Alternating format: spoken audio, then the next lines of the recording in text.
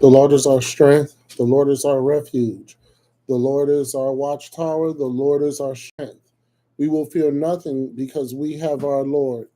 We will not let the waters come against us because we have our Lord. We will not fear in the midst of all our enemies because we have our Lord. We will not stand as cowards because we have our Lord. We will be still and we will know that He is the God of all gods. We will be still because He is strength. We will be still because He is power. We will be still because He cleanses us, He heals us, He delivers us.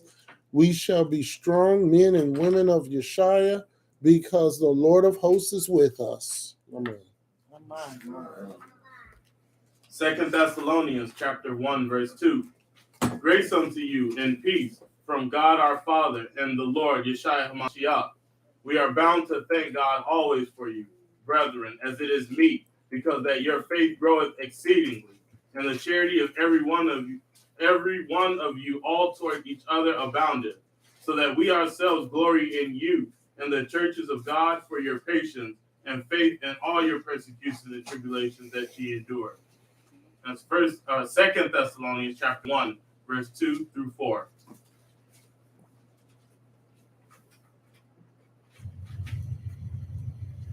The nation fix and none, and let us not be weary in well doing, for in due season we shall reap if we faint not. I will follow, I will stand until the end, until the end. Feels like it's raining on my head, can't catch a blessing, but through my suffering I just might learn a lesson. Why I feel so hard, but who am I to question? He died for my sins, how can I get the message? Devil's out for me, no doubt, and see I know he's real. Hands up, boxing my way into these holy fields. Cannot be shaken no matter what story you're facing. We glory in tribulations and tribulation, working patience. As long as I have a congregation to lean on, we come together as a nation and we be strong. Correct me when you see wrong. Be on the road that he leads on. Drag your feet on to tomorrow. Whether it be hurt, shame, or sorrow, wherever he leads, I will follow. Whether it be hurt, shame, or sorrow, wherever he leads, I will follow. I will follow, I will stand to the end, to the end. I will follow, I will stand until the end, to the end. Shema Yasharala Ahaya, Alahaya Nawa Ahaya Akkad. Hero Israel, the Lord our God is one Lord. Shema Yasharala Ahaya, Alahaya Nawa Ahaya Akkad. Hero Israel, the Lord our God is one Lord. Shema Yasharala Ahaya, Alahaya Nawa Ahaya Akkad. Hero Israel, the Lord our God is one Lord. All right. Tonight we're going to learn about healthcare. So we give all the glory and praise to Ahaya, Ahaya, Yeshaya, and the Holy Spirit. Peace to all the 12 tribes who are scattered throughout the four corners of the earth. And shalom to those not of the blood lineage of Israel, but because they keep the law, statutes, and commandments, they have the surname of Israel. That's right. Okay. What?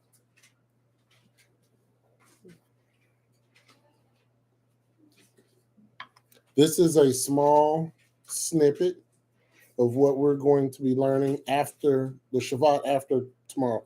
Tomorrow's Shabbat, we're going to learn about the kingdom of God. But after that, we're going to go through health and healing. And tonight we're going to talk about natural health care. That's what we're going to discuss tonight. We all know that the kingdom does not promote religion. The kingdom is not about religion when it comes to the kingdom of God. We are supposed to 100% completely follow the word of God, follow the written word. We are to follow the I am of the Bible. That's what we're supposed to do as men and women of the Most High. We are supposed to follow the law, statutes, and commandments, but what about our culture? What about our culture? What about the rules and regulations that our culture dealt with? Should we follow those? We have been given information from our ancestors on how to treat our bodies, how to take care of our bodies. And we have woefully failed in that. So we need to get back to that. We need to get back to what our ancestors did, because I can guarantee you our ancestors would run ring around us. They were far more healthier than we are. Oh, yeah. They were far more stronger than we are. Sometimes they were far more smarter than we are. So we have to adhere and we have to understand our culture, laws, rules, regulations, but not just what the Bible says with thou shalt nots. What the Bible says about us and what Yeshua has given as far as his pharmacy. And that is what we're going to talk about tonight. Starting next week, we're going to really get into health and healing. But next week, the week after next, it's not going to be about food. It's going to be about mental illnesses. Yeshua's Pharmacy. Here's a list of the best antibiotics you can have. And guess what? Medication is not on this list. I'll spell this one. It's Echinacea, Echinacea.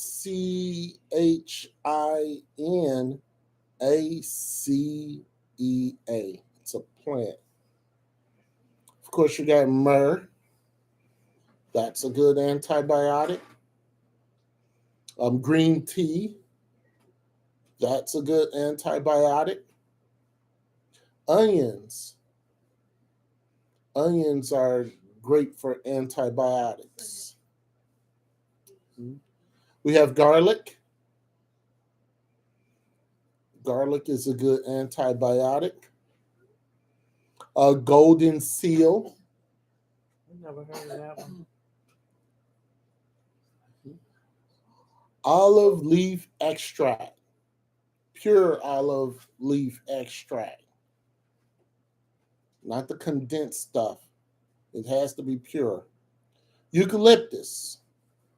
Wonderful antibiotic.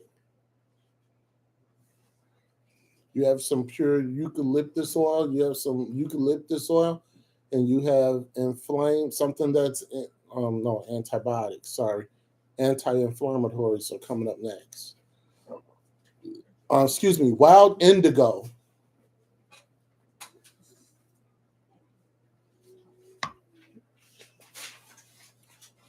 Another antibiotic, and I have to spell this Paudarco. Paudarco. That's a root, I believe. Then you have your oregano oil, and then cumin. We've talked about garlic. We've talked about myrrh. We've talked about eucalyptus. We've talked about cumin in the past. And we're going to talk about those and many more in the upcoming weeks. Those are a list of antibiotics. Let's get Ecclesiasticus, chapter 24, verse 15.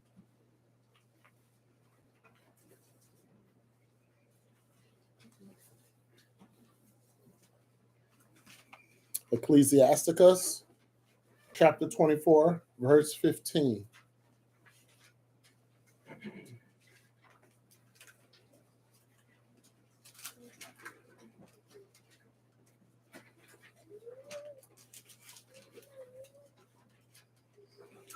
Let's read. Ecclesiasticus chapter 24, verse 15. I gave a sweet smell like cinnamon and asphallatus, and I yielded a pleasant odor like the best myrrh and galbanum and onyx and sweet storax, and as the fume of frankincense in the tabernacle. So all these herbs that is listed in Ecclesiasticus 24:15, we will be talking about them at length in one of the lessons that we're going to be doing. And a lot of these oils we actually use on a daily basis. Correct. Let's talk foods that you should eat every single day.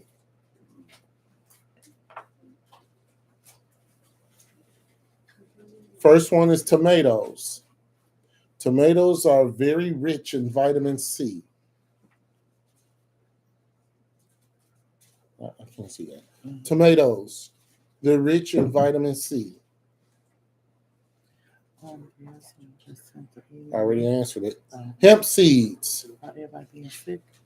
Yeah, hemp So, seeds. That's what he said. This indeed is a timely lesson. All praises. Okay. Yeah. Yeah, all praises. It I is. couldn't see that. Yeah, I told you what it said. Hemp seeds. Hemp seeds are a complete protein, very high in protein. I think I have some hemp seeds. Okay. Cucumbers. Mm-hmm. Cucumbers are very high in water. Cucumbers hydrate the body. You can also cut cucumbers up and put them in water, and that will power boost the water. Yeah. Cucumbers. And also, what will really power boost the water is if you have cucumbers and mint, pure mint. Take that cucumbers and pure mint in plain water, and that will power boost the water. Okay. Peppers. Peppers are loaded with antioxidants. Peppers are full of antioxidants, whether it's your green pepper, your red pepper, your yellow pepper. Remember, we went on the Gadite reservation, Yeah. and they made this humongous pot of beans Mm-hmm.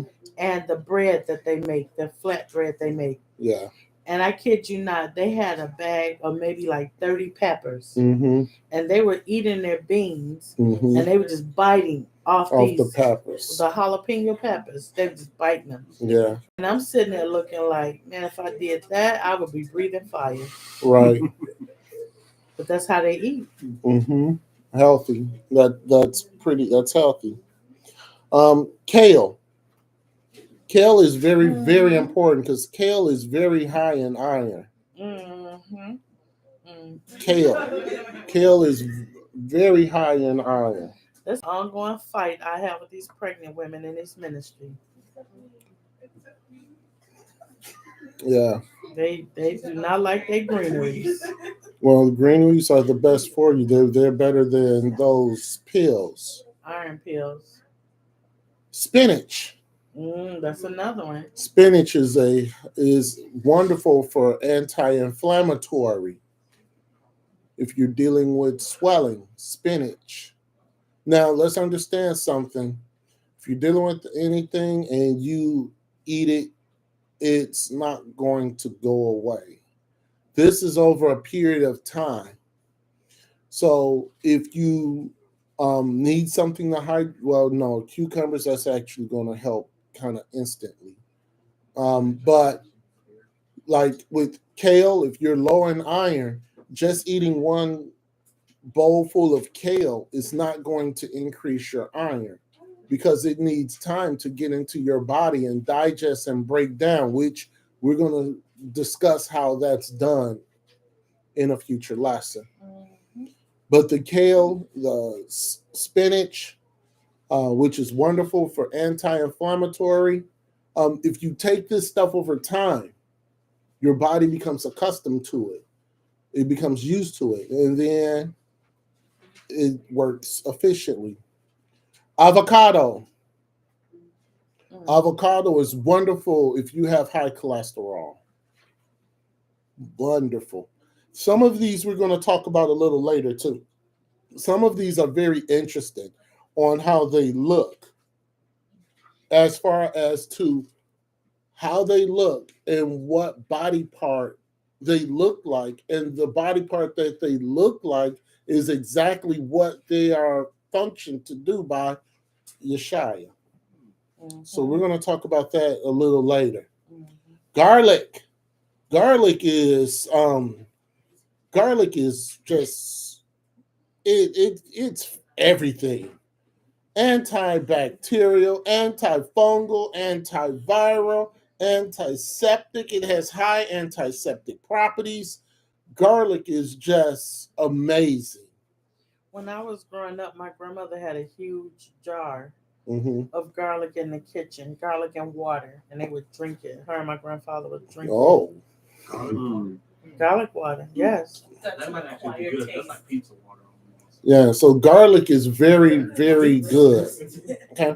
Another one that you should eat every day is grapefruit. Grapefruit helps with your liver function. That's a fight. That's a fight. Oh my But goodness. grapefruit is wonderful for your liver. And if you want a healthy liver, guaranteed if you eat grapefruit once a day. Let's go Proverbs chapter 27, verse 18. Oh, keep your mind on the Shabbat. But yes, grapefruit, wonderful for the liver. Mm-hmm. Proverbs 27, 18. Proverbs chapter 27, verse 18. Whoso keepeth the fig tree shall eat the fruit thereof. Mm-hmm. So he that waiteth his master shall be honored. All right, so when it comes to these fruits and vegetables, yes, you should have a serving every single day to promote healthy, to promote a healthy lifestyle. And this is what you should be doing to your temple. Let's talk colors. When it comes to colors, whatever you eat, the color dictates on the color of the food.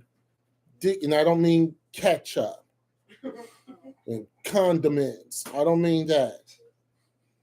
But when it comes to the color tells you what the food is going to do to your body. White, it strengthens the immune system in your body. So whatever it is that you eat that's healthy, that's white, it strengthens your immune system. What is a white garlic? Garlic is white. But it strengthens the immune I'm system. getting you some cauliflower sundown. Okay. Garlic is white. Red. Anything that's red, it's going to improve your heart and the blood in your body. So I'll take a moment. So when it comes to things that are white, it strengthens the immune system. And what better to strengthen the immune system than garlic? The color red.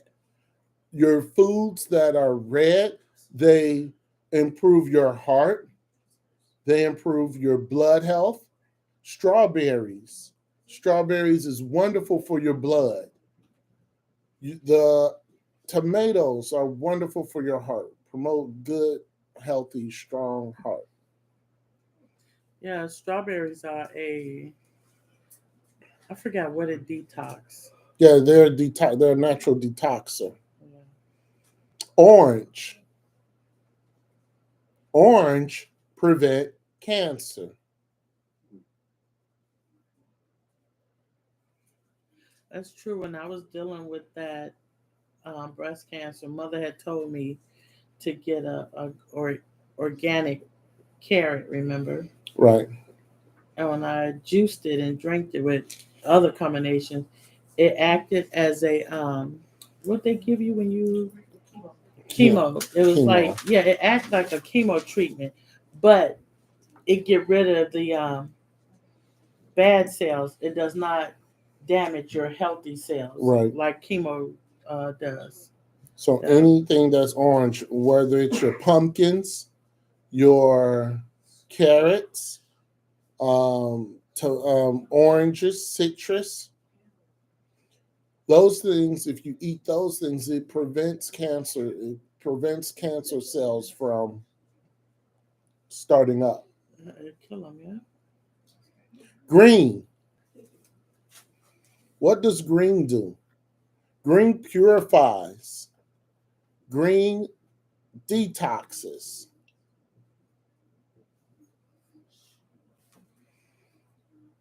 You think of your leafy vegetables, but you also think of green apples. They purify, they detox. Oh yeah. Your grapes, your olives, they purify your body, they detox your body. Some people love green apples.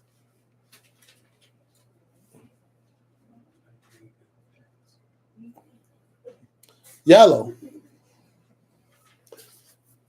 Bananas, lemons, those things they're used for your skin.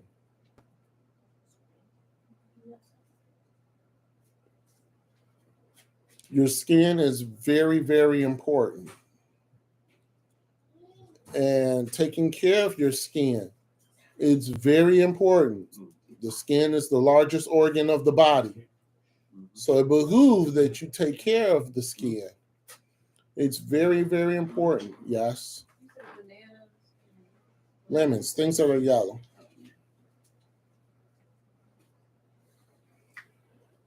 And then our final color is going to be purple. Purple increases longevity. Eggplant, eggplants, beets, things like that increase longevity. Beets. Grapes. Genesis chapter 9, verse 3.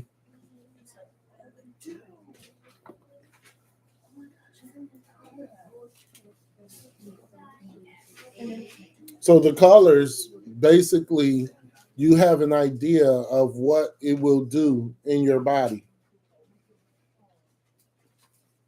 Genesis 9 and 3. Genesis chapter 9, verse 3. Every moving thing that liveth shall be meat for you. Even as a green herb have I given you all things. All right, the green herb, he has given us all things. Song of Solomon, chapter 3, verse 10.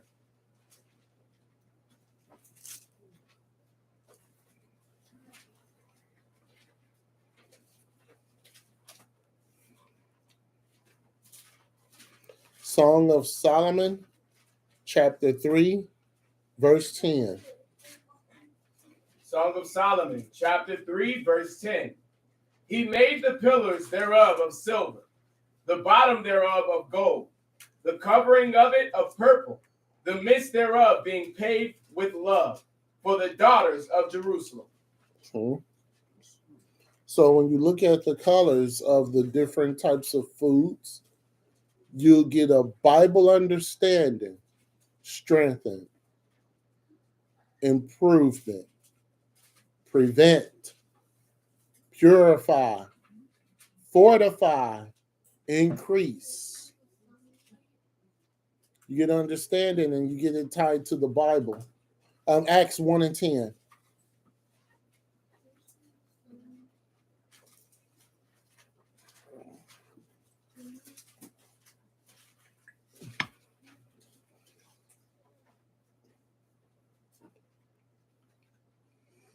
Let's read that. Acts chapter 1, verse 10. Mm-hmm. And while they looked steadfastly toward heaven as he went up, behold, two men stood by them in white apparel. White represents strength.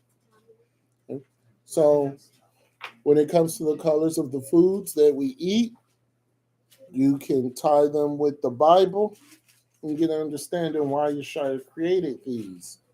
Let's talk about what's best for your skin. Like I said earlier, the skin is the largest organ in the body. Even though it's not in the body, it's on the body. The skin is the largest organ. And what better way to help your organ than cabbage? Cabbage. Cabbage, one of the best foods. There's a list of them. The best foods for your skin.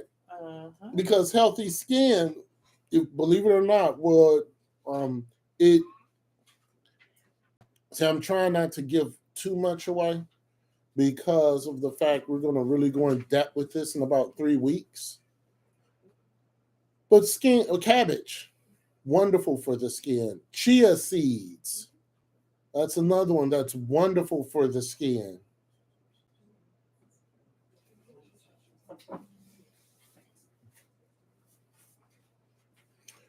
Buckwheat. Buckwheat is wonderful for the skin. And this is whether you ingest it or whether you make a cream out of it, which we're going to talk about in about 3 weeks. Ginger.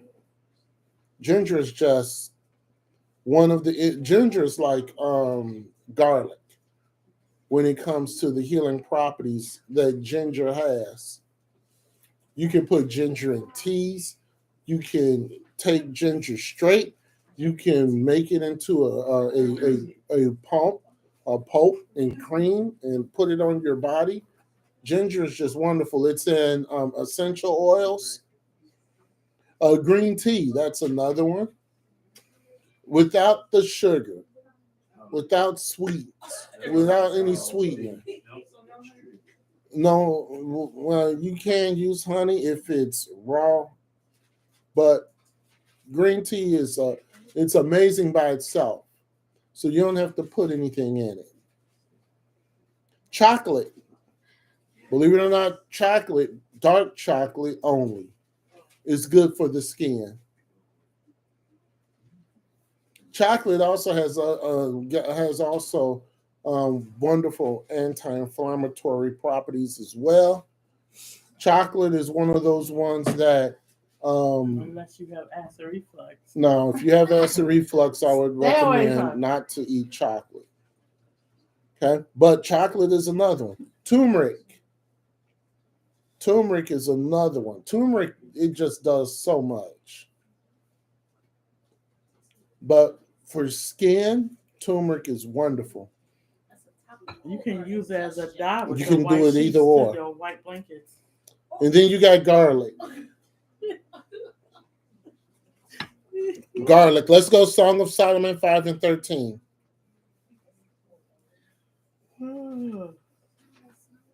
Garlic is another one.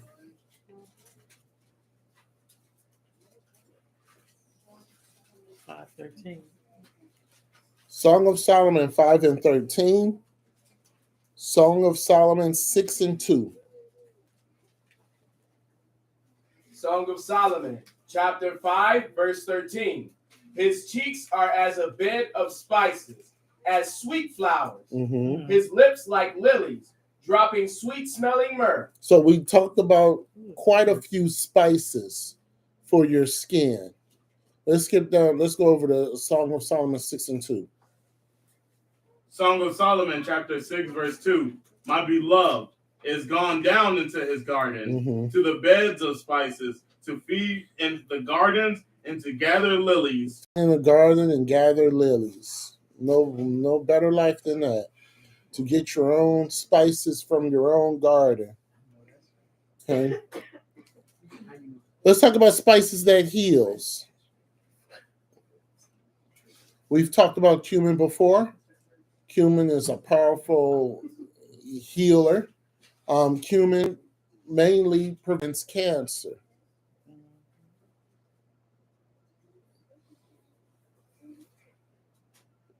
So that's cumin. And we're just doing a broad overview. We're not going in depth in this. So if you start asking in depth questions, I'm not going to answer them because of the fact that we have lessons that are coming up. Ginger. Ginger helps with nausea. Ginger tea and nothing else. No sweetener or anything like that. But you drink ginger tea, ginger with hot water. It calms your nausea.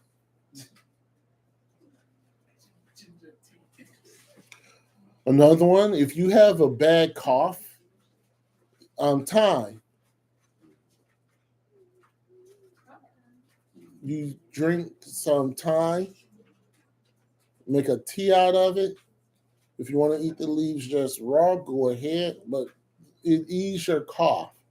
You know, it has the properties that some of the properties that your cough syrups have, but it's natural. When I had pneumonia and I was on antibiotics for like 2 or 3 weeks, and remember I wasn't getting better. Mm-hmm. It's not until I started drinking thyme and what was it? Oregano. Thyme and oregano. Thyme and oregano tea. Mm-hmm. And that's when I started to get better. That was the only thing that cleared it up. And Right. And repentance as well. Yeah, that helps. If you have a cold is not demonic. I don't care what people say. Getting a cold is not demonic. But if you are fighting a cold, one of the best herbs is basil. Basil. All of these herbs, you can make it into a tea, and it will help you fight your cold. Some of them, if you put it underneath your tongue and let it just sit underneath your tongue, it extracts from your tongue because it's sublingual. Your tongue is underneath your tongue is sublingual. So anything that you put underneath your tongue, it's sublingual. It'll extract from whatever you put underneath your tongue because it immediately goes into your bloodstream. Immediately. That's why a lot of the medicines you put it underneath your tongue. They're called sublingual tablet. You put it underneath there, it dissolves because it immediately gets into your bloodstream. Some of them are deadly. And you take some, like fentanyl is one. One of the brands of fentanyl you put on, and we're going to talk about fentanyl too. And I'm an expert when it comes to fentanyl. You get the fentanyl, it's because of a former job that I had. And you put it underneath your tongue. And it immediately goes for pain. All right. Another one, arthritis pain, cloves. If you're dealing with arthritis pain in the joints, cloves. You can have tea with that. You can make a tea out of that. If you have the essential oil, you can put it on there, right? Yes. Mm-hmm. High blood pressure, nutmeg. Nutmeg also is a detoxer. It's not a detoxer. It's a detoxer. You drink straight nutmeg, and it'll stop you from convulsing and going into what is it called when you're on drugs and you're getting off the drugs? No, when you're on drugs and you get withdrawals. Yes, withdrawal from drugs. Nutmeg is wonderful for that, but it also lowers your blood pressure. Okay. When you're studying and you want to, help your brain improve its memory, rosemary. It'll help grow your hair back too. rosemary. Yeah, you have bald spots in your hair. You put rosemary in it. Rosemary grows your hair. Mhm. These are things that are natural. These are things that have no side effects whatsoever.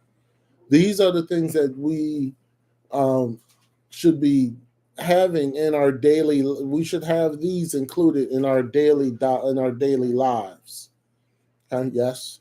One thing I will say is you definitely have to research when you are using certain different products.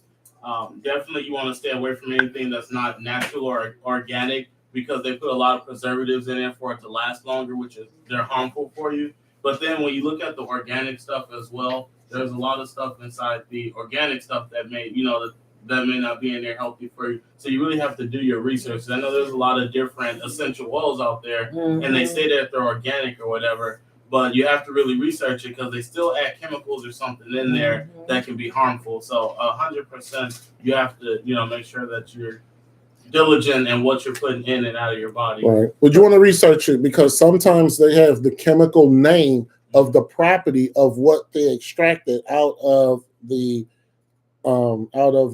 herb. For an example, one thing that I'm going to do is I'm going to promote Forces of Nature. It's a company. No,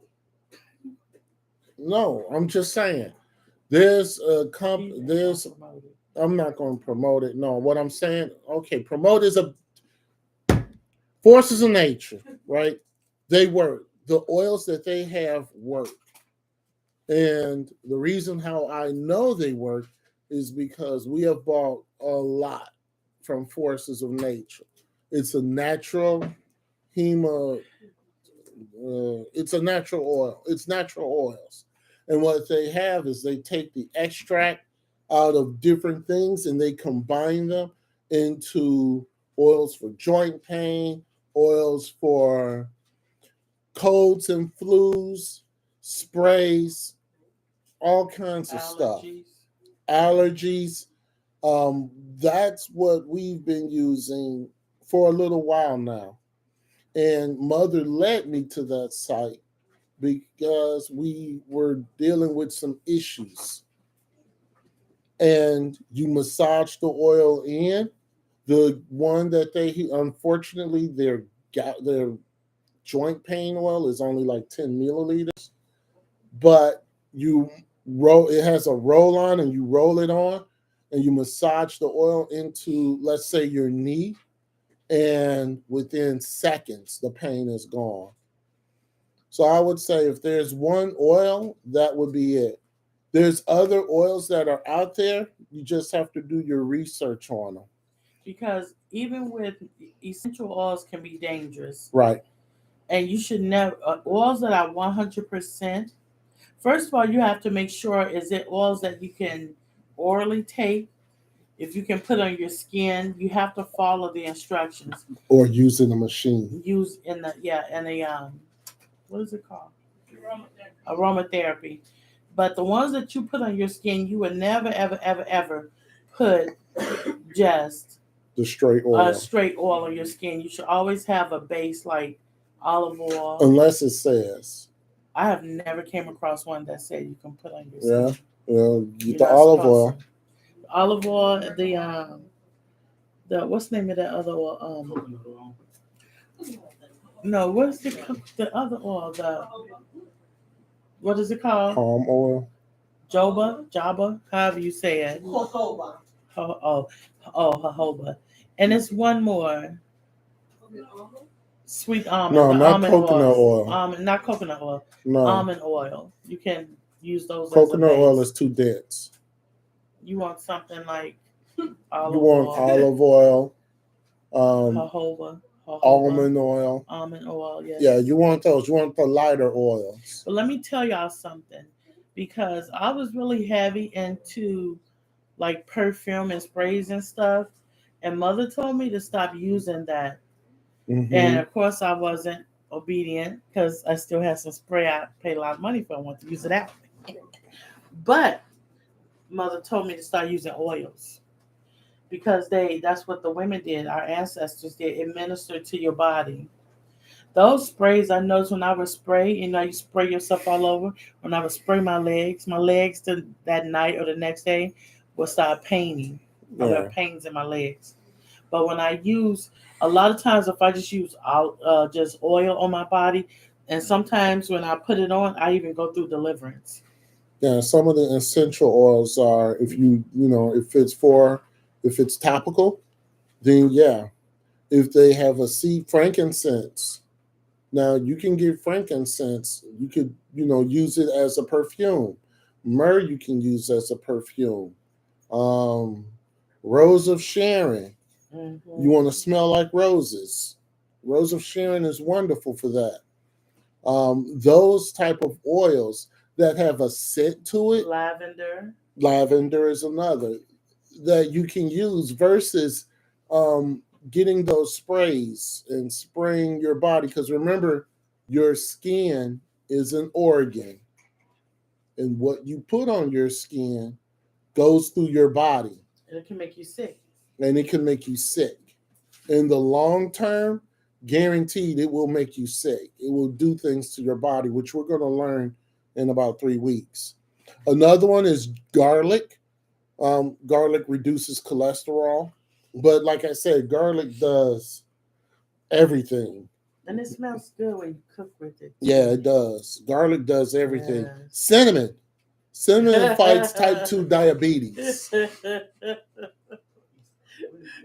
The reason why I'm laughing, because last Shabbat, Shepherd and I and a young man in the ministry, we put some cinnamon on, right? And we just put it on. We didn't think to mix it, to put the olive oil with it. And I turned like a beet red, and I got hot, and I was itching. Mm-hmm. We started throwing cold water everywhere, and we had to go outside because it was burning. It was cinnamon bark. Yeah, it's Never cinnamon again. bark. No. Yeah, if you get cinnamon bark, then you want to make sure that it's a couple of drops with a whole bunch of oil. You need some oil. You need some olive oil. A base, yeah. A base, which we're going to talk about when we talk about oils. But you're going to need a base. That's why y'all didn't know. It was last Shabbat. We was like, when people sleeping, let's put some cinnamon oil on them. I bet you they'll wake up then. We was running. I ran out the back door. It was cold outside, and I had a cold towel squeezing cold water on me. It was bad. Yeah. Last thing is turmeric. And turmeric is wonderful for inflammation, joint pain. Yes. Turmeric is wonderful for that. Whether you use it topical, just mix it with water, or you ingest it. And when you make it topical, you place it on the joint itself. Turmeric is wonderful for that. Revelation chapter 18, verse 13. Yeah, we take a lot of turmeric and ginger shots. Yeah. Mm-hmm.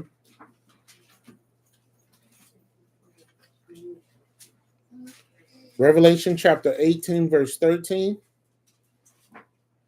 Revelation chapter 18, verse 13.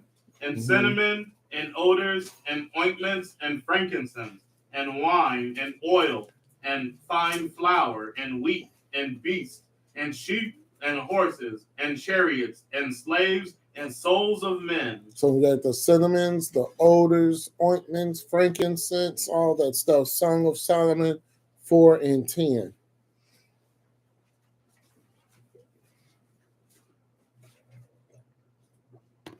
So this lesson was not going to be what the lesson was going to be. But Amar reminded me that we did a lesson on how your mouth should operate. So we're going to hold off on that lesson for the future, because we just did one about how you should speak about maybe 3 weeks ago. With the frankincense and myrrh. Yeah. If anyone is dealing with swollen feet or legs or like inflammation, frankincense and myrrh is, you put that on you, or neuropathy, things like that. If you massage it in your hand and your feet, or your, where it's inflammation, I guarantee you By the time you wake up the next day, it'll be gone. Right. Because throughout the night, you're going to go to the bathroom at least 4 or 5 times. Right. Frankincense and myrrh. Mm-hmm. Yep. For inflammation. Right. So you're not. And also taking for off- nerve pain too. For nerve pain, yes. Frankincense and myrrh for nerve pain. It's wonderful with nerve pain. You know how when you have, what it is called, your myelin sheath? Right. We're going to talk about the myelin sheath in about 3 weeks Is too. it sheath or sheath? Sheath. Sheath. So if you're dealing with any type of nerve pain, is fibromyalgia, is that nerve pain or is that, yeah? So Mhm. people that's dealing with that. That way you're putting the natural oils in your body and you're not actually taking pain pills and different things Right. like that can mess with your liver and your heart or your Right. kidneys. And let's say, like with ibuprofen, moderation with that. Moderation. I'm not saying that all man-made things are demonic and wicked and evil, and they have a hidden agenda against you. That's asinine. That's stupid. You can't go around like that, thinking that way. But this is natural. But let's understand something. This is stuff that you should be doing on a daily basis. Yeah, this is Because this is not something where all of a sudden you get some flare up and you start eating the foods or start putting it on and thinking it's going to go away. It's not going to happen that quick. With oils, yes, it does, because oils do something different. When you ingest things, it has to go through your digestive system. It has to go through your, whatever the saliva is, the mouth. The mouth is, digestive. It has to go through your digestive system. Has to break down in the stomach. Then the properties that the body doesn't need, it has to separate it from the properties that the body does need. So it takes some time when you ingest. Versus putting it on the skin topical, which can instantly help. Yeah. That's why when we have deliverance service, people don't realize when it said to anoint the head, the oils that we use, hyssop, it goes straight, it penetrates, it goes in your head. Y'all don't realize Penetrates that. the scalp. It goes in your head. Hopefully gets to that to your brain. to the hypothalamus. Yeah. Hopefully get to there. Which we're going to talk about that too. We're going to talk a lot about the body in probably 3 weeks. A lot. And we keep hitting this thing about every time we have deliverance service, we always go to what? What's the one thing we always pray? The mind. A clear mind. Mm-hmm. We come against, seducing spirits, lying spirits. Incorrect thinking patterns. Yeah. Things like that. Because we have been conditioned Right. to think like that, to do those things. Right. Our parents, whoever raised us. So we come from a long line of generation of people with incorrect thinking patterns. Right. So not only do we have to get those seducing spirits out, but we have to learn and practice thinking and operating, in a correct manner. And some foods that we're going to talk about will help you with Yeah. that. It will help you with thinking. We need assistance with thinking. Song of Solomon 4:10. The Song of Solomon, chapter 4, verse 10. How fair is thy love, my sister, my spouse. How much better is thy love than wine, and the smell of thine ointments than all spices. The smell of thine ointments than all spices. We just talked about quite a few spices. Vitamin B17. I've been looking for that, and they You told me won't find it. they said don't exist. But it does exist in foods. Yeah. Right. It does exist in food. What is vitamin B17? It's the cancer killer. Yeah, and that's why they don't sell it, or they don't talk about it.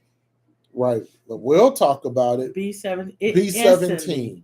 instantly kill it. Yeah. B17. You want to boost to your immune system? B17. And it's not only a cancer killer, but it also prevents cancer cells from ever forming in the first place. Yeah. B17. What's in B17? Peaches. That's high in B17. Mm-hmm. Apples. All apples. Yeah. Apples. So, I'm gonna wait. Okay. Grapes. But see, here's a kicker to this. I'll wait until I'm done, because there's a kicker to this. Strawberries. Mhm. Oh, okay. Raspberries. Now, strawberry, raspberries, and blackberries. There's a difference. Let me go through these first. So we got strawberries, blackberries, raspberries, okay? Mhm. Cherries.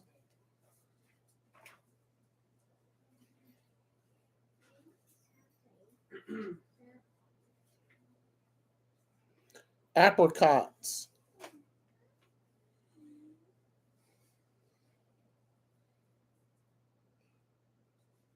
Nectarines.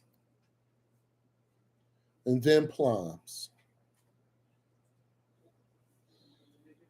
Now, how do you get the B17 from these? Well, strawberries, blackberries, and raspberries, you can just eat them. Why? Because the seeds are on the outside. Mm-hmm.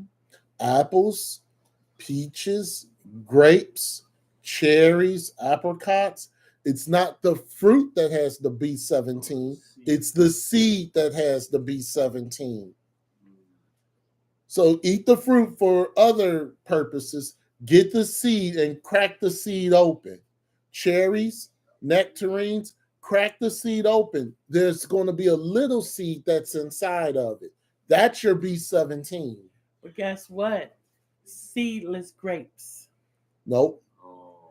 Now we know why Nope. things are seedless. Mm-hmm. Seedless grapes are GMO.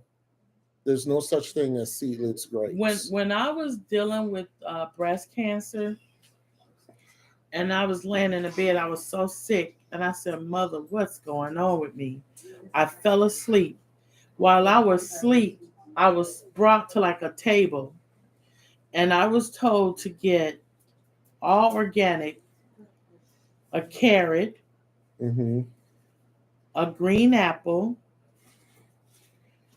a tablespoon of raw honey, and was it ginger? It was ginger. Ginger. And blend it all up and drink it. And I did it for 2 days. And you know how people that go through chemo, they throwing up and all that? I was throwing up. I was so sick for 2 days.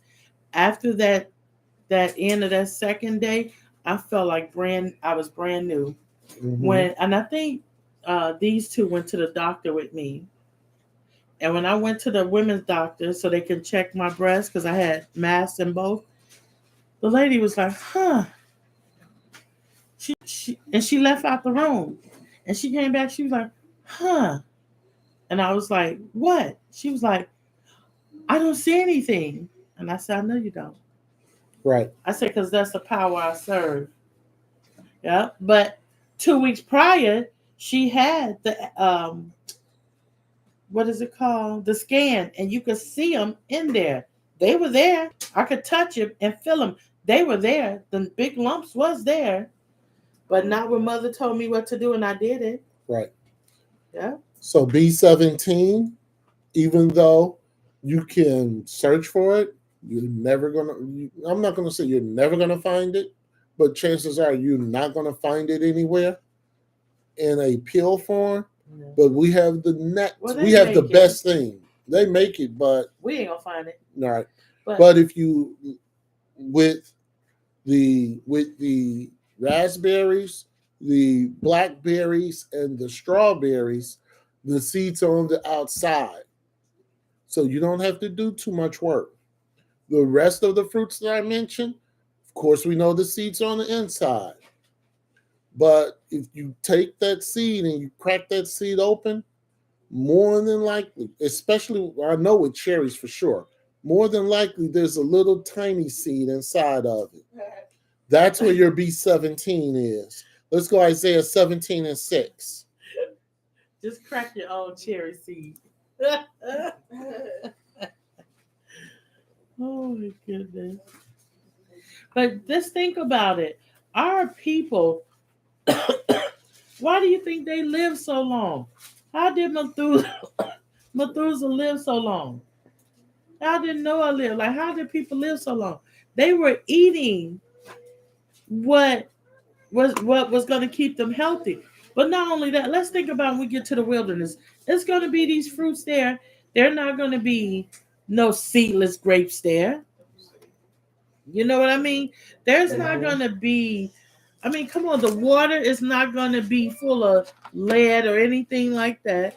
Yeah, but it's going to be full of minerals Minerals. that you're probably not going to be used to when you first get Right. there. But the fruits, let's think about it. These fruits are not going to be pesticide, you know? So, yes, when we go to the wilderness, people may still have some type of illnesses. But while we're in the wilderness and we're eating and drinking this water, you're being healed. We're going to feel good. You're gonna be like never before, because even when you came out your mother's womb, you were still not the same. So I can't say when you first was born, because if your mother was eating this stuff, you still got to you. You know what I mean? But Right. there are going to be healing things going on. All in the wilderness, we eating strawberries and grapes, drinking these mineral waters, and we're going to be getting healed all over the place. Right. Isaiah 17:6. Isaiah chapter 17, verse 6. Yet gleaning grapes shall be left in it, as the shaking of an olive tree, 2 or 3 berries in the top of the uppermost bough, 4 or 5 in the outermost fruitful branches thereof, saith the Lord God of Israel. All right. Song of Solomon 7 and 8. You know, strawberry seeds, they have, I have some strawberry seed oil.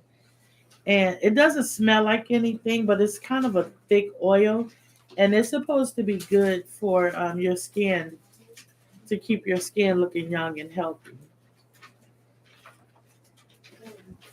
But I feel the difference from when I used those body sprays and stuff. I feel the difference from now because I use oils now. Right. Song of Solomon 7 and 8. The Song of Solomon, chapter 7, verse 8. I said, I will go up to the palm tree. I will take hold of the boughs thereof. Now also thy breast shall be as clusters of the vine, and the smell of thy nose like apples. All right. So Bible talks about like all these properties and all these fruits and everything that is good to the sight, good to the smell, good for the body. Let's talk about combos, right? When we were in the world, we would love combo platters. Name one, right? We would love combo platters. Hamburger. So it is understood by our people that to accept healing and to become healing, to be healed, to prevent sicknesses and diseases from happening, yes, we all know not to sin. Mm-hmm.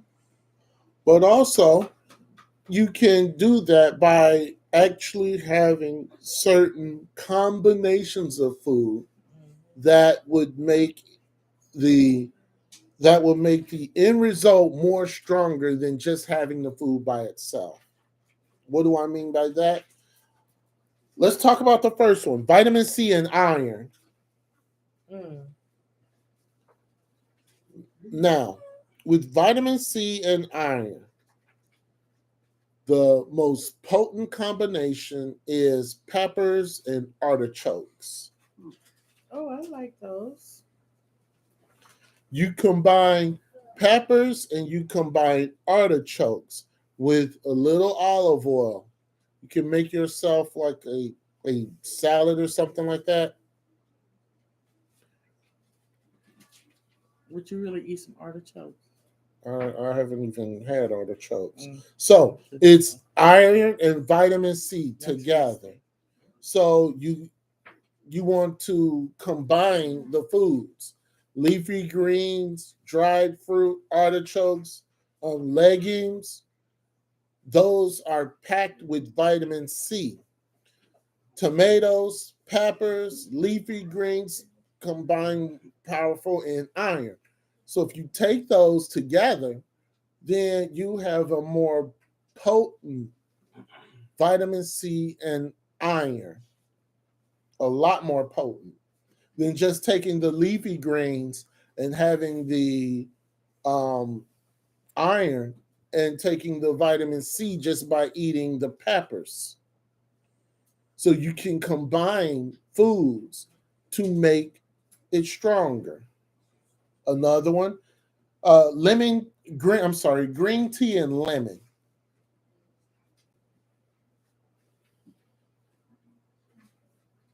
Now, if you add pure lemon juice to green tea, what that does is it repairs your DNA.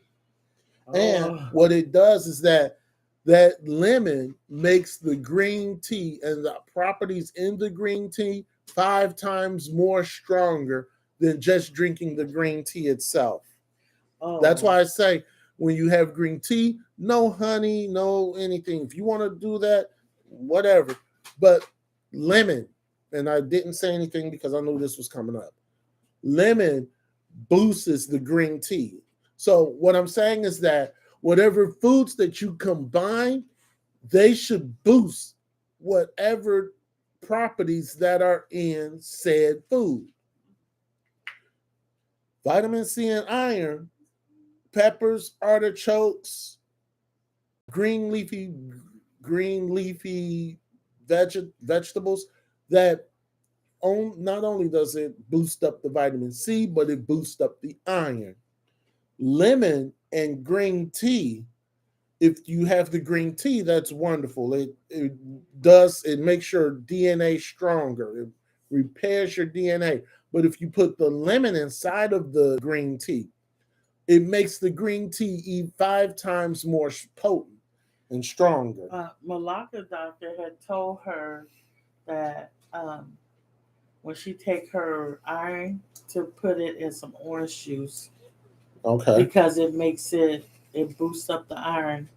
Right. That's possible. Also, for people who love fish, if you take green tea and lemon and sprinkle it on fish, it takes away the mercury. Yeah, that was a big thing. People had stopped eating fish because they said the fish had a lot of mercury in it. But fish is good for you. But fish is very good. Fish is very high in omega-3s. Very high in omega-3s. So what you do is when you get your fish, you season it with the lemon and the green tea. That takes out. I don't mean it takes out the mercury. The mercury is gone. So therefore, when you're eating the fish, it's fresh and there's no mercury. You don't need anything. It helps block out the mercury, basically. I'm going to need a Monica Wild to come make me some fish like that. Huh? She make the best fish. Also, green tea and lemon, also that helps you to lose weight as well. Of course, we know a lot of citrus, especially lemon, is a good fat burner. Well, if you're dealing with what is it called? Inflammation. If you have a lot of water on you, right? If you have warm hot water and lemon, it will help with inflammation. The next one, avocados and tomatoes. I love avocados, but they give me the worst stomach pain. for about a whole week. I don't know why they I do don't that, know. but I love avocados. Avocados is, of course, it's with the good saturated fat. And that's in avocados. And also, we talked earlier, avocados is great for cancer prevention. It has an ingredient called lycopene in it. And lycopene is also found in tomatoes. And what you do with the avocados and the tomatoes, it makes the avocado and the tomato 4 times more potent and stronger when you combine them than eating just the tomato or the avocado by itself. They tell you not It's to eat great. tomatoes. It's great for cancer. Wonderful for cancer. And not only is it wonderful for cancer if you're dealing with cancer, but also to prevent the cancer cells from forming in the first place. The tomato and the avocado. Don't matter what they say, because they're full of that. That's lies. Yeah, they say that especially if you have deal with arthritis, that if you eat tomatoes, it'll make it worse. That's not what it does. Sorry. That's not what it does. What happens with arthritis is that it's with your urine, and it's with backing up of the urine, and it's with a chemical that is actually in the urine that should be producing out of the urine, but it does not, and it forms crystals, and these crystals get into your blood, and eventually when the blood is flowing and these crystals are flowing, they have to stop somewhere. And where do they stop? Your joints. That's what it is. Has nothing to do with tomatoes. And that's a medical term. But if we look at the spiritual term, is what? Unforgiveness. Right. Well, we're not talking, the unforgiveness. We're going to get into that with the lessons. Yes? How do you spell lycopene? Lycopene. Now, the next one, ladies will love it. Dark chocolate and apples. I may be the only one in this room like dark chocolate. Apples, of course, are very, very essential for anti-inflammatory diseases, and it's also great for your heart. Chocolate has powerful antioxidants called flavonoids, and those, when you put them together, it fights blood clots. It improves blood circulation, and it reduces the chances of heart disease. If you put dark chocolate, real dark chocolate, and apples, and you mix that together, yes? Well, I was going to ask that, like, the dark chocolate with added sugars, like straight up.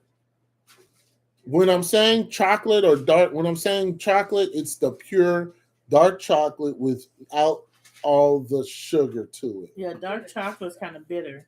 It is. A lot of people, I like it though, but people don't like dark. A lot of people don't like it. But if you got the apples with it, the apples are the sweet. So there you go. All right, one that's everybody, banana and yogurt. Well, maybe not. Bananas and yogurts.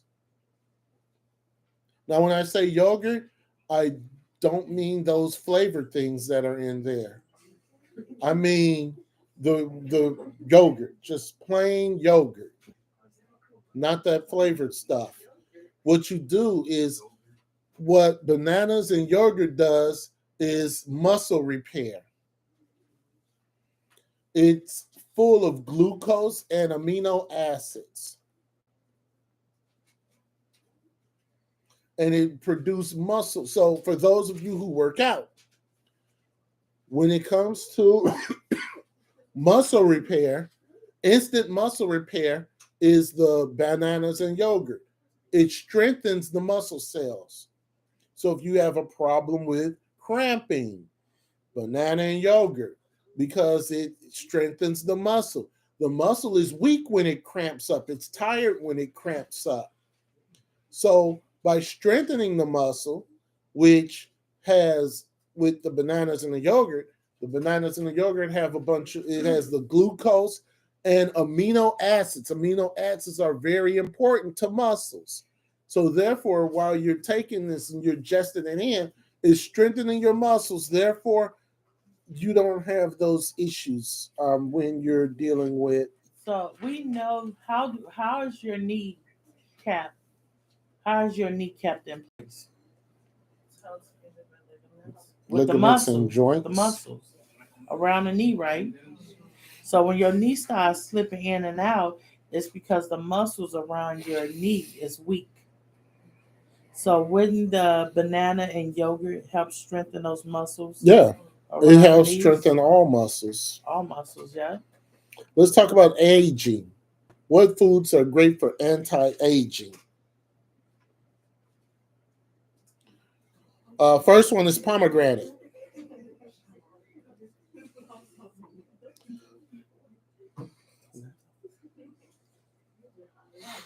Pomegranate. Okay. Lemongrass. That's another.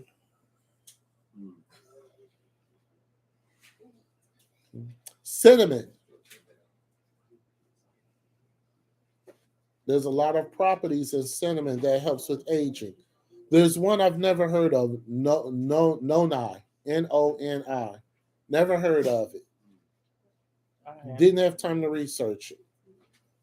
Because the things that I've never heard of, I'm going to look up and see what it's about. Didn't have time. Or oregano.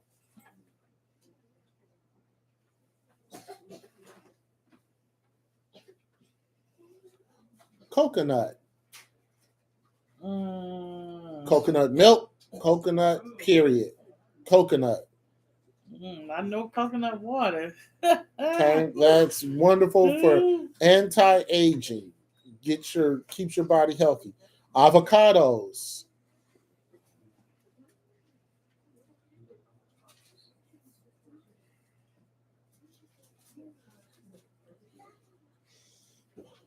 The some blueberry, strawberries, raspberry. I'm sorry, blackberry. Blackberry, strawberry, raspberry. The three berries. Blackberry, strawberry, raspberry. And then cucumbers. Song of Solomon, chapter 8, verse 2.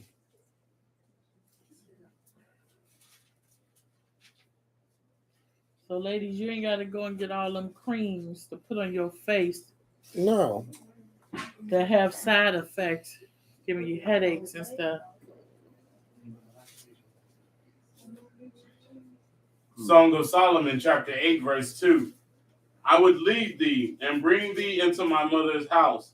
Who would instruct me? I would cause thee to drink of spiced wine of the juice of my pomegranate. All right, pomegranates. Okay, Proverbs 7 and 17. What subliminal message was that?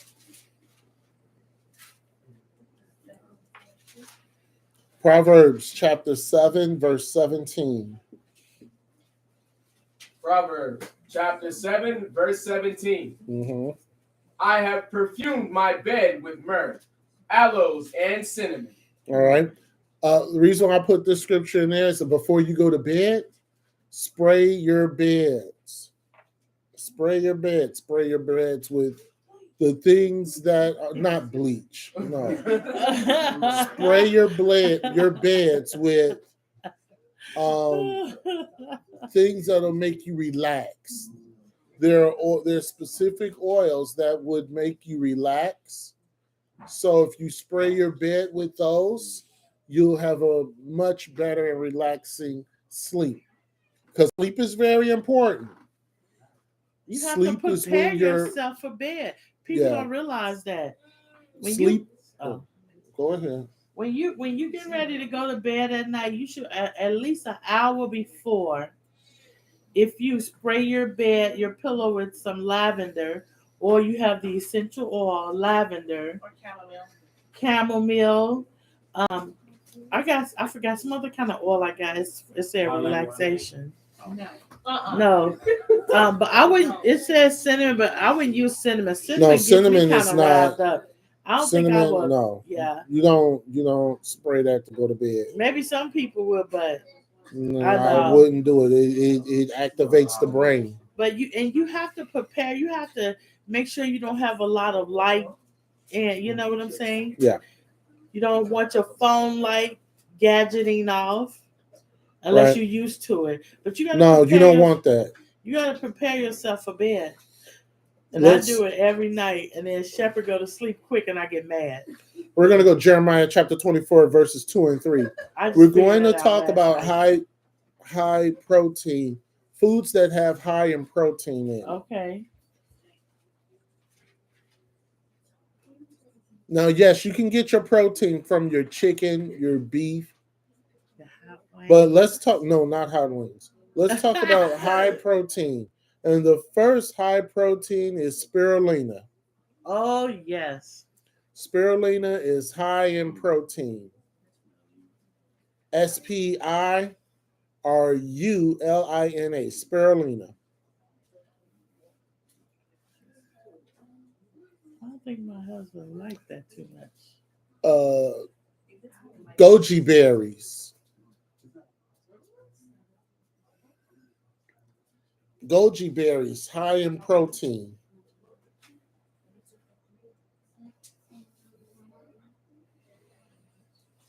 Okay, then you got your chia seeds. We talked about that earlier. Spinach. We talked about that earlier. Hemp seeds. We talked about that earlier. Another is Brazil nuts. And in fact, I would say the majority of your nuts are high in protein. But I guess Brazil nuts are pretty high.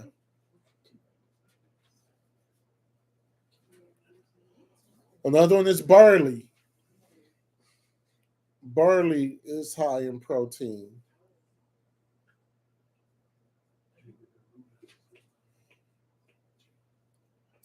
Broccoli.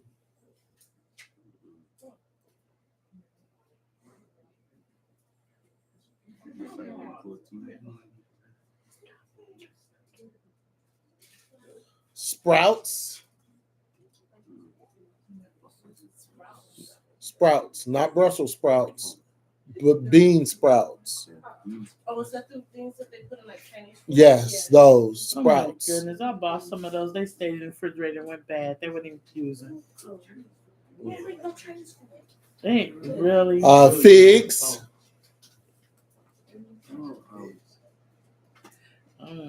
Something else interesting with figs, which we'll get to in a little bit.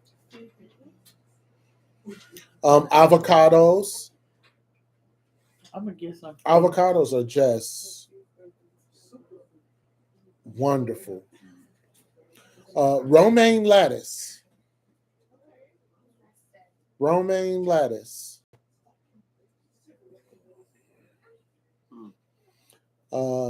Kale.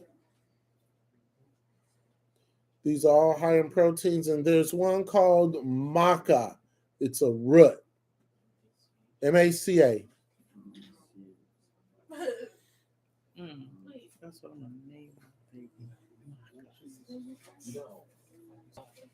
All right, so all of those foods are high in protein. Why do you need protein? We'll talk about that in about 3 weeks. Or you can just look it up on your own, why you need protein. Jeremiah 24, let's read.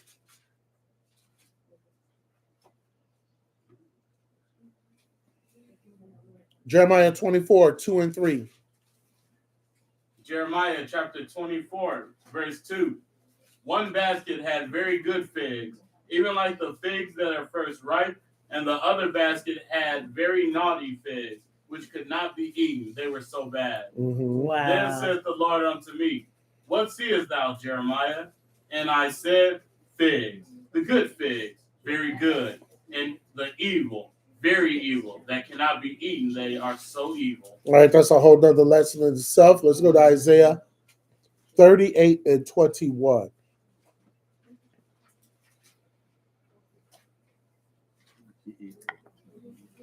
Yeah, Isaiah 38 and 21. Isaiah chapter 38, verse 21, where Isaiah had said, "Let them take a lump of figs and lay it for a plaster upon the boil, and he shall recover." Okay, lump of figs. Figs are good for you. 1 Samuel chapter 30, verse 20. 1 Samuel 30 and 12. So were they boiling the figs? Yeah, boiling it and making a paste out of it. 1 Samuel chapter 30, verse 12. And they gave him a piece of cake of figs and 2 clusters of raisins. And when he had eaten, his spirit came again to him, for he had eaten no bread nor drunk any water 3 days and 3 nights. All right. Great. Who was that, Elijah? No, What? Samuel. It's 1 Samuel 30. Mm. All right, so when it comes to certain foods, we just have to be watchful and mindful of what we eat, what we put in our body, because not everything is good for us that they promote as being good for you.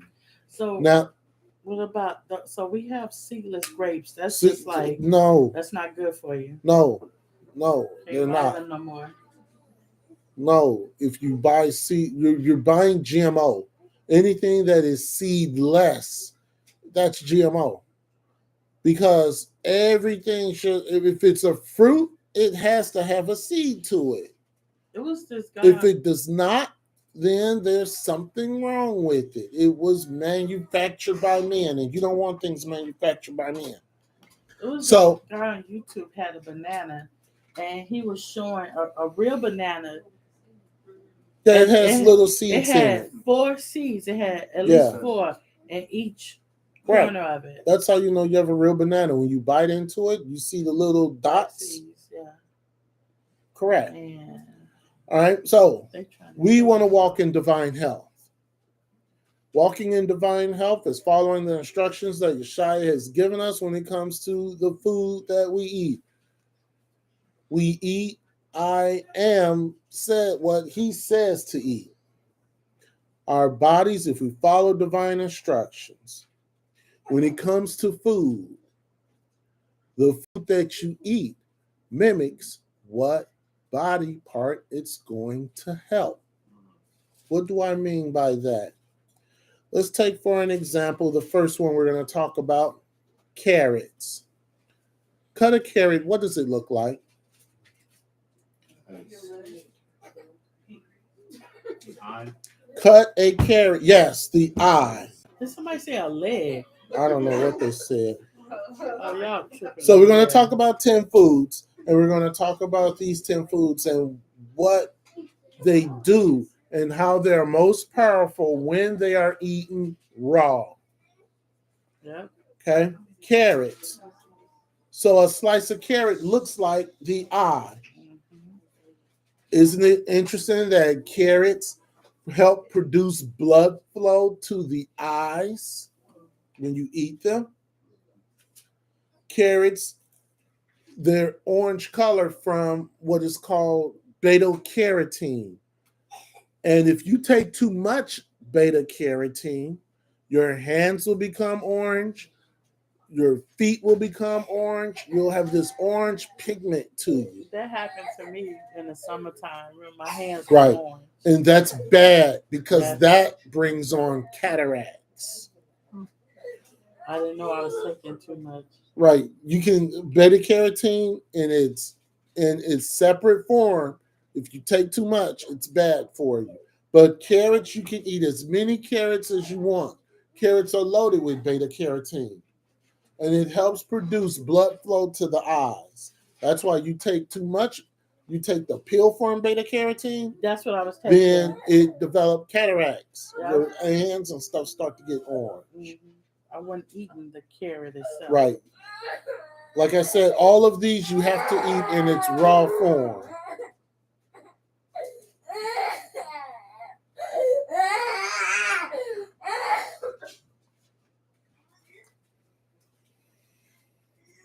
All right, the next one. Tomato. What does that look like?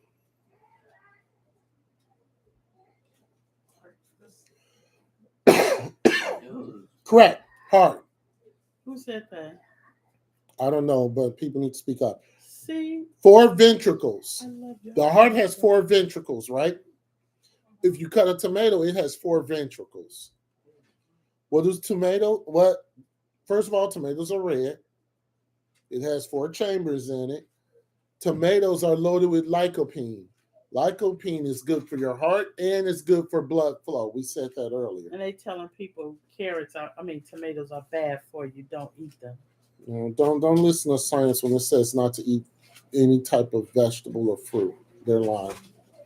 Okay? So the tomato is like the heart. Grapes. A cluster of grapes would look like what? Body parts. No, not colon. Not pancreas.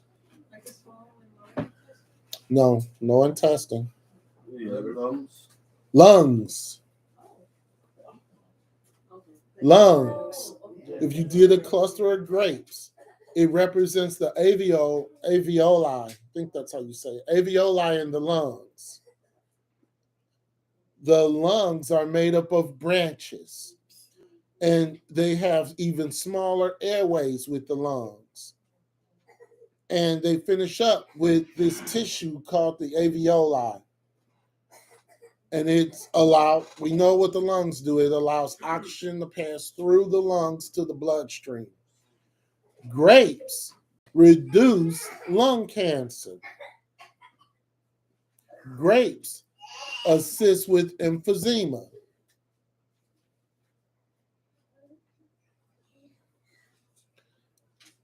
When a person is going through an asthma attack, well, not when they're having an asthma attack, but when people deal with asthma, it's because of the lungs. But if a person has a steady diet of grapes, real grapes with seeds in them, then there's a chemical called proanthocyanidin, which is in grape seeds. And that is what promotes the lungs. That's what helps out strengthen the lungs. Yes. So it's a reason why people are so healthy and live so long. Right. So far we've talked about carrots, tomatoes, grapes, and how they look like certain things in the body, and what the target of those foods do for the specific thing that they are created for.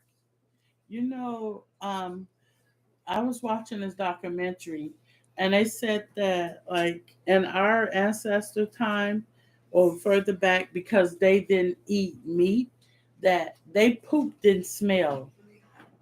The guy was like, you could literally poop in your hand and go and put it in the ground, like, for your plants and stuff. Yeah. Like they farm with it because it didn't stink.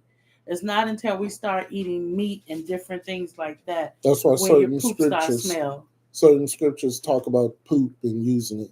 One reason why premature babies, the reason why they survive is because they have lungs at about the 23 or 24 week period.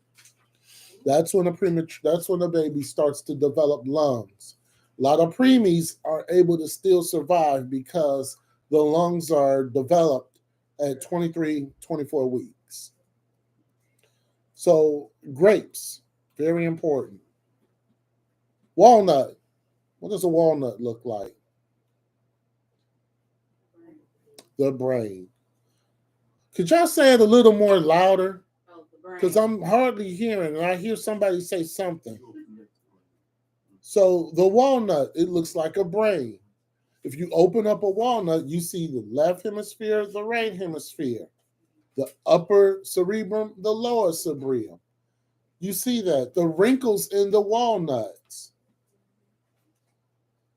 The wrinkles and the folds in the walnuts are similar to what is in our brain, which is neural cortex. That's what the folds are in our brain.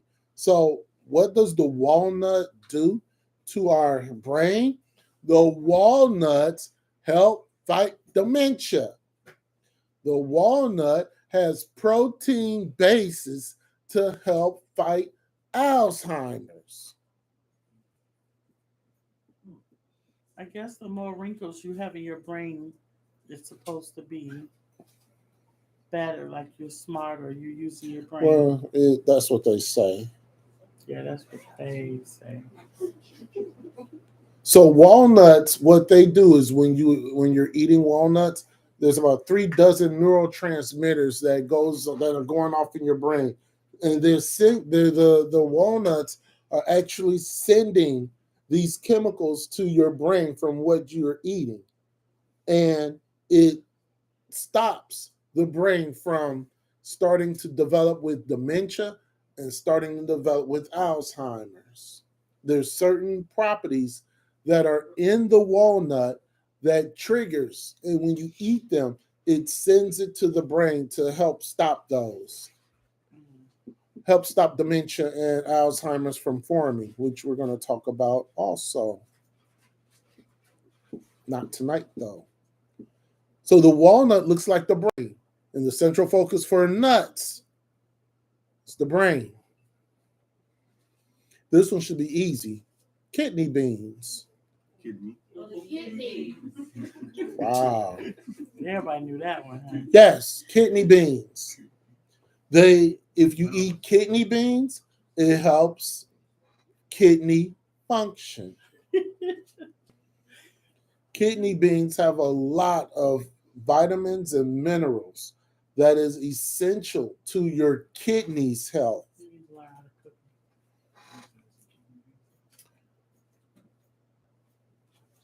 So if you have some problems with your kidneys, you might want to start having a moderate intake of kidney beans.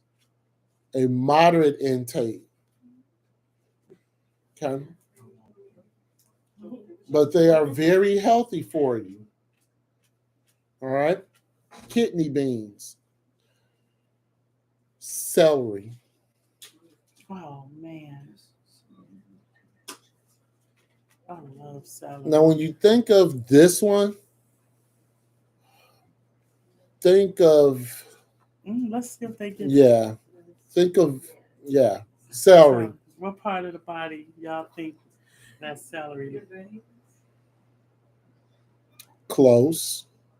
Your arteries? No.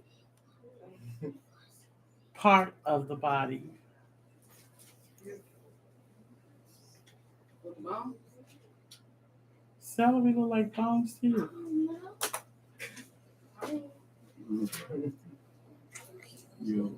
So it's in your intestines? No. Your Y'all gonna kick y'all. It's the veins in your feet. Look at the veins in your feet and how they're structured.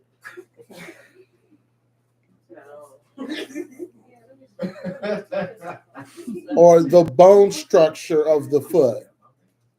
You look at the bone structure of the foot, it looks like a celery stalk. What is that good for? Celery, rhubarb, bok choy, what they do is they strengthen bone health. Bones are 23% sodium, and these foods have a lot of sodium in it. What? Not vitamin D?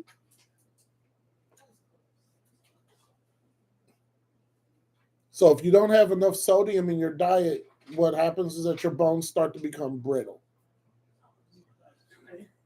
And to replenish those, celery is very good because celery is anti-inflammatory. Celery is antioxidants.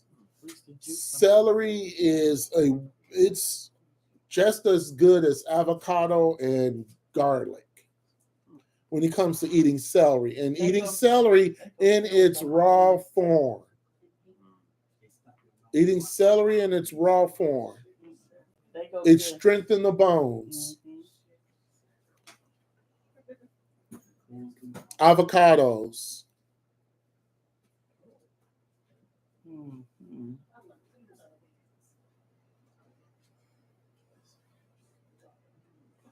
Avocados. Stomach. No. That would have to be a pregnant stomach. Close though. Avocados.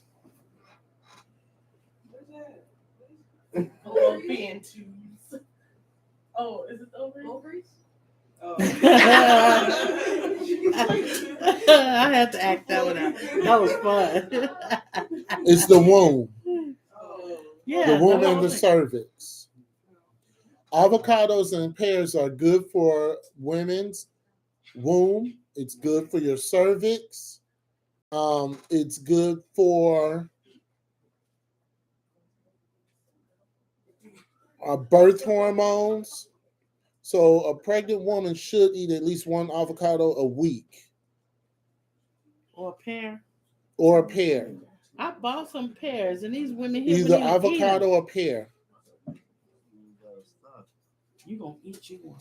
And it can also help you with your cervix when you're delivering. Okay. Also, after you've had the child, Uh-huh. it can allow you to lose that the belly. The fupa. It allows you to lose that. The fupa. That's what it's called. So with the avocado and with the pears, there's about 14,000 photolite chemical constitutions that affects the woman when she's pregnant, after she's had the baby. Okay. It assists the womb, puts the womb back into place also after you've had the child. But you women that had these 10-pounders around here, better stack up you some avocados. Have your husbands go to the doctor, to the store. Right. All right. The next one is figs. If you cut a fig in half, it looks like this cell that's cut in half. No, I said a specific one. Is it the T cell? No. Mitochondria? Mitochondria. No, who's trying to go? If you take the fig and cut it in half, Oh, what you looking at, Aliana? I was thinking of what other? That's what I was thinking of too. figs. I don't know what fig look like. Yeah, I know a date. Does it look like a date? No. It's kind of, isn't it like bumpy and green? No, a fig is like a big seed. It's big. All right, it's the sperm cell. So, figs, when you cut them in half, there's a bunch of seeds in the fig. Yeah. Studies show that when a man ingests figs, it increased the strength of his male sperm. I'm going to stop. And it also helps with the man not being sterile. So the sperm count of the man, because of the figs and the properties that are in the figs, it increases the sperm count of the man. I'm gonna need y'all to make that happen because I need more grandkids.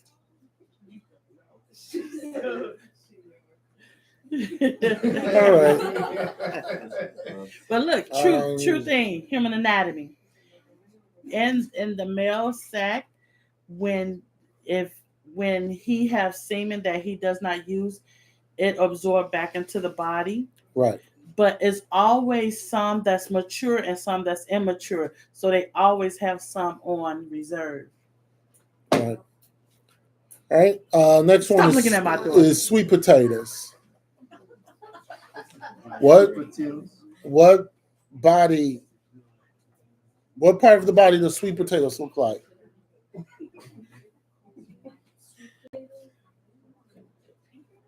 Pancreas. Who said that? Malcolm. Yeah, because the pancreas is like here. It goes across. So what happens when you eat sweet potatoes? It actually helps you with the balance of the glycemic index. Glycemic index is with diabetes. So when you're eating when you're eating sweet potatoes, eating thyroid.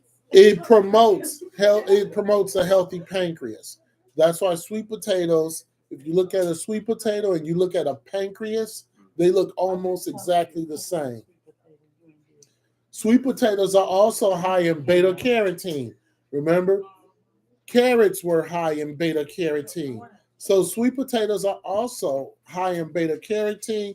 Sweet potatoes have a antioxidant that helps the tissues, that helps the pancreas. It also helps with aging, and it fights against cancer. So that's what sweet potatoes are good for. You know, we don't realize that a lot of things that we deal with, like when we go to the doctor and they give us all the diagnosis and then they start trying to prescribe medication for it. And I was looking at this natural doctor video, and he just said he couldn't do it no more, prescribing all this medicine that was making people sick. He said, if you go to the doctor and the doctor diagnosed you with something, he said the first thing you need to do is ask them to run like the type of tests that show what you're deficiency in.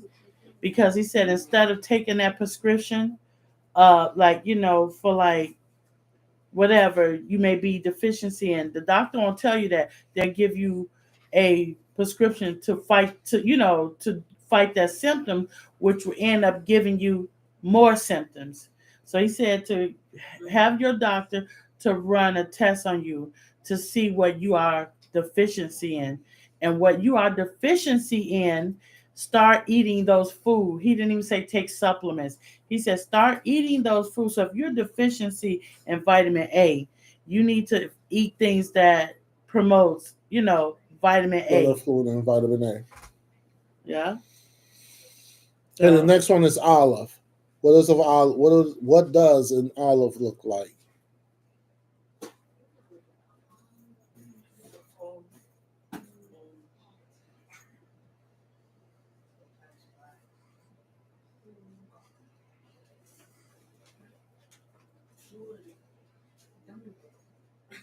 Whole olive or a sliced olive? Whole olive. Who? No. Olive ovaries. Yeah. So, women, if you eat olives or olive oil, 30% less to have ovarian cancer. Yeah, they recommend that you take a shot of olive oil a day, but not any kind. You got to make sure the olive oil is from the country. Like you wouldn't get olive oil from who that don't. I don't know. I don't know, but you want to take either olive oil or eat olives. Yeah, somebody got hold of my olives. Eat olives. That promotes. That helps with the lower risk of ovarian cancer, but also the healthy fats that are in the olive oil and the healthy fats that are in the olive itself helps against not only just ovarian cancer, but any type of cancer that you could have. Cancer in the womb, cancer in the breast. You know how Yeshua made us where our bodies fight, our immune system fight off different diseases. You ladies don't realize that when we are actually deficiency in things, our bodies start craving that food. So, like if you are like one time, I was just craving. I wanted a burger every morning, didn't I? Every morning, in Arizona. But what was my body deficiency in? What does beef give you? Protein. My body I was in deficiency of that. I needed that burger, and once I got it, I was good. So if you take the next one is grapefruits. Cut a grapefruit in half and get a woman's body part and cut it in half. Hey, you don't say that. Breast. Yeah. If you take a grapefruit or an orange and cut it in half, it looks just like the mammary glands of a woman's breast. You gotta get some grapefruits in. Grapefruit. In the jar. All right, I'll wait.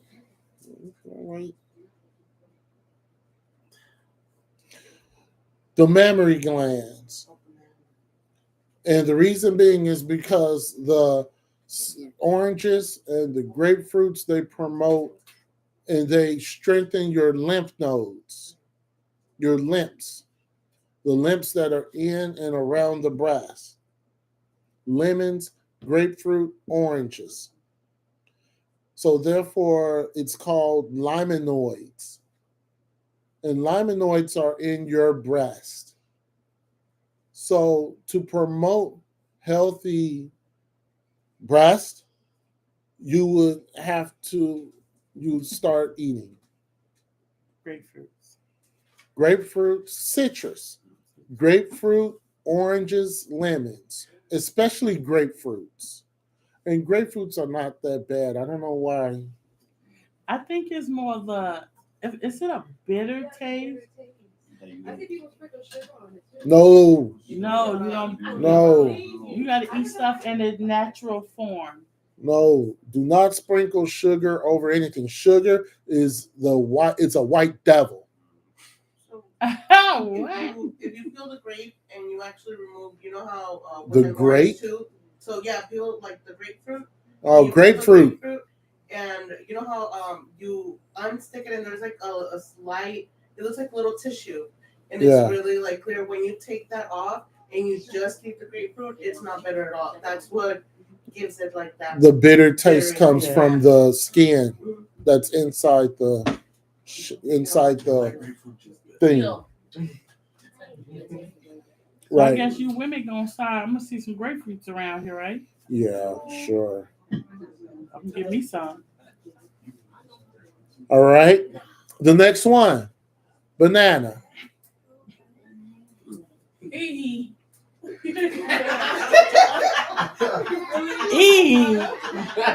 What? That's what you say. I missed that one. Shepherd said banana. What'd she say? You better get your mind back on the Shabbat. He fell over too. Y'all better be playing with the food around here. What's wrong with y'all? All right, a banana looks like a smile. Exactly. I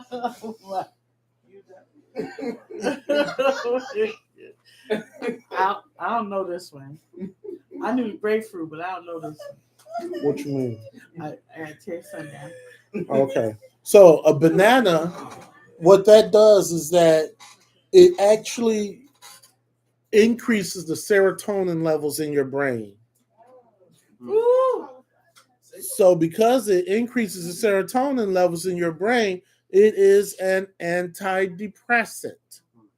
Thus, it makes you smile. Oh. See why a banana is curved the way it is? It has what's called tryptophan in it, and tryptophan is the chemical that it turns into a neurotransmitter, and the neurotransmitter, when it turns into it, is called serotonin. And serotonin regulates what? Mood in the brain. So the more serotonin that you have in your brain, the more relaxed and the more happy you are. That's why you have these wicked drugs that are loaded with serotonin. These psychotropic drugs, which we're going to talk about too. But bananas, eating bananas, a banana is your antidepressant. And it adjusts the serotonin levels in your brain. Your doctor did say have one every morning. Okay? I don't get no less. So you see how the foods that we have talked about, how they mimic the body part that they eat. You can't tell me Yeshaya is not on top of it. Onions. What does onion look like? Take an onion, cut it. What does it look like? A belly? No. This is going to be a little more difficult. Is it? Say it. Vagina? No. Oh, okay. We already talked about that. How does Get your an mind onion off look of the like a body vagina? part. No, I said cut it. And Cut half. it. No, it don't. What No, it onion y'all don't. cutting in half? Apparently, y'all didn't satisfy each other before sundown. Exactly. That's what happened. No, he said cut it in half. Onions look like the body's red blood cells. Onions clear the waste from the body cells. Onions are very good for you. Yes, they are. Onions produce tears, which washes the epithelial of the eyes. There's an epithelial layer on your eye. Onions washes your eyes. That's why when you smell it, you start to cry. You're not really crying. What's happening is that there's these chemicals that's coming from the onion, and it's getting to your eyes, and it makes your eyes tear, when in fact the onion is actually doing its job by washing your eyes instead of putting Visine in your eyes. Right? Putting Visine in your eyes. So onions, what they basically do is remove waste and bad materials from your body. That's why my wife had me to put the onions on my feet, on my socks, and we would go to sleep. Right? Yeah. Onions in the feet, in the Yeah, socks. I would put onions on the bottom of his feet at night and put socks on. I used to do it to myself too. And it takes away the Detox, toxins. A yeah. lot of your toxins come out through your feet. Yeah. Which we'll learn about that maybe in 4 weeks. Sure. Yes. Fun fact, well, with it removing toxins, not just from the body, but it also does from the air, during the Black Plague, they would cut onions in half and put them everywhere so it could absorb. Right. Now we don't have to do that. You can use charcoal. But yeah, they used to do that in the Black Plague. They would put onions all over the place. So why y'all think we got bags of charcoal hanging up in here all throughout the house? Those are bags of charcoal. Yeah. In the bathroom too. Okay, what does ginger look like? What does ginger look like? A whole root. We got some. Veins? No. Your intestines, Close. your arteries. Intestines and arteries are not close.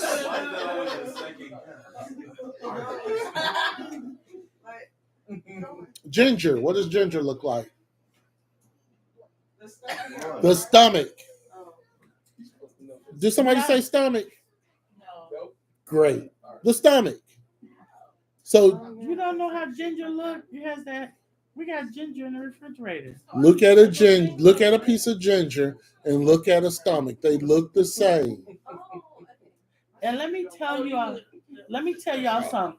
when you say your stomach hurt, how do you do it? Show me how you do it. But your stomach is not down here. That's your intestine. Your Right. stomach is actually up here behind your liver. Yeah, it's actually So if pretty your stomach up hurt is here. up here, down here, you say, "Oh, that's your intestine." So you're holding the wrong thing. Yeah, it's Yep. probably something going on with your intestine. If it hurts at the bottom, it's More the than intestine. likely. Ginger, what does it do? It aids digestion. Yes. It cures nausea. Mhm. It calms your stomach down. If you're dealing with motion sickness, you take ginger, it goes away. Ginger Bowel soda. tumors. If you have tumors in your bowels, you eat ginger. Ooh, ginger's so spicy, hot. It is. It is very spicy. But it is very good for you But it's also. spicy hot.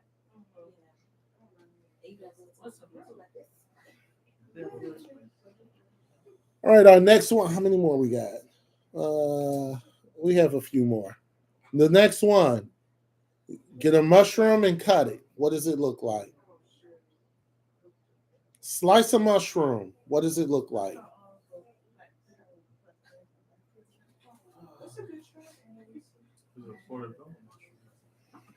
No, just a normal I mushroom. think somebody said they're gonna make you a burger. They're gonna buy one. Well, She said they'll that. be wasting their She time. said she's gonna buy one and make Get you a normal mushroom, slice it. What does it look like? Okay, I don't hear anything. Your ear. Slice a mushroom. It resembles the Who human said it? ear. Oh well, Oh, and you got to Alicia speak said up. ear. You should have said it loud. So mushrooms improve your hearing. Mushrooms are very high in vitamin D. Mushrooms are also very good for bone health, especially the three little bones that are in your ear. Mushrooms produce and makes your hearing and the abilities of your hearing be able to transmit sound to your brain. That's what mushrooms are good for.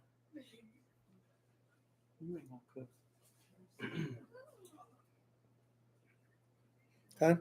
The next one is broccoli. And we're speaking of the tips, broccoli. Now, this one, we're just going to talk. This one, the green tips of the broccoli looks, if you look at cancer cells, broccoli and cancer cells look almost identical. If you Google a picture of a cancer cell. So, broccoli is a fighter against cancer cells, especially men, prostate cancer. You know, that's why a lot of people that deal with cancer, they go on this. Remember, it was called Forks Over Spoons.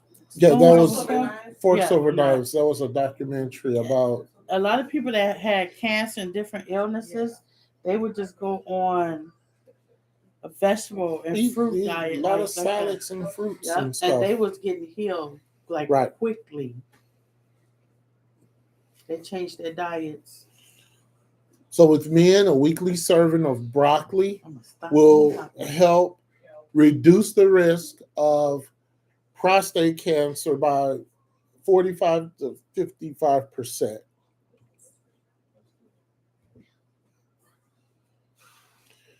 The next one is ginseng root. Where you get one of those from? I remember in the early 2000s, like 2000. Yeah, it was really popular, wasn't it? Yeah, a lot of men was taking ginseng, and you could buy them at the gas station. They was like this, and they used to have ginseng shots because it was supposed. Men was doing it. Why do you think men was taking it? No. Okay, I don't know why they was taking it, but it's It was but supposed to make them go longer. ginseng root, if you get a real ginseng root, it looks like a human body. It looks like it has a head, a body, arms, and legs. And what that does is ginseng root, it is a cure for almost every ailment the body I gotta write that has. down. I gotta give me some of that. What? How you spell it? Ginseng, ginseng root. Any type of ailment that you have, it's a holistic cure for almost any type of ailment that you could possibly have. I used to spike that soda with that when we lived in Cornell. No. Oh Lord, forgive me. I just confessed. So all of these, if you look at the way how the fruit or vegetable is structured like how our body part is. And it helps and promote that particular body part. Now we're going to talk about some foods really quick, and then we're going to put something out there. You know, So- a lot of this stuff we can't find here. But when we lived in Arizona, what's that store we used to go to? Sprouts. Well, you We- just have to do your research because it's here. We used to find we had all that. All right, so best healing remedies for foods, cherries, tart cherries are relieve inflammation. Cherries relieve inflammation. Concentrated cherry juice, take that daily. It reduces inflammation. It relieves inflammation. It's 10 times more effective than aspirin. Okay. Blackberry, we already talked about blackberries, blueberries, raspberries, strawberries, anti-pain compound in these berries. Anti-pain. We talked about celery, also celery seeds. And you got to make sure that they're actually celery seeds. They have anti-inflammatory compounds.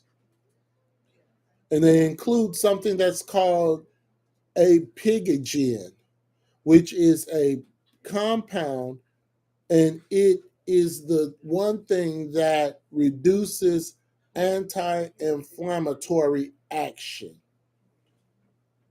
So celery and celery seeds. If you buy the celery seeds, it should have APIGENIN in it.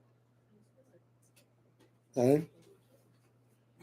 Celery, put your celery seeds if you make soups or stews or a salt substitute. That's what you can use celery seeds for. We talked about ginger. Ginger just does everything. It reduces pain. It reduces inflammation. Ginger, the recommended dosage is between 500 and 1,000 milligrams. Okay. Turmeric, spicy turmeric, anti-inflammatory. And in fact, turmeric acts. It's the positive effects of steroids. Turmeric is good for colds as well. Yeah. Mm-hmm. The main ingredient in turmeric is curcumin.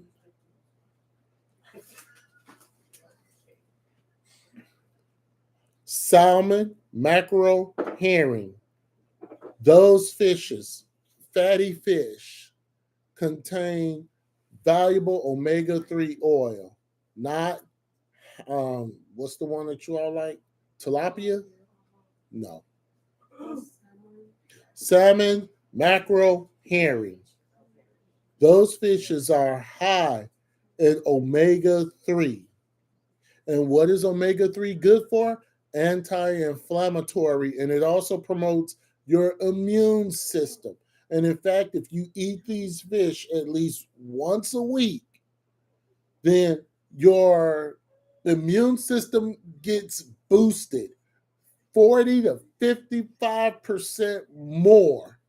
And it's also Not only is it doing that, but it's also destroying the chitins, which is the stuff that really gets inside your joints and decays your joints.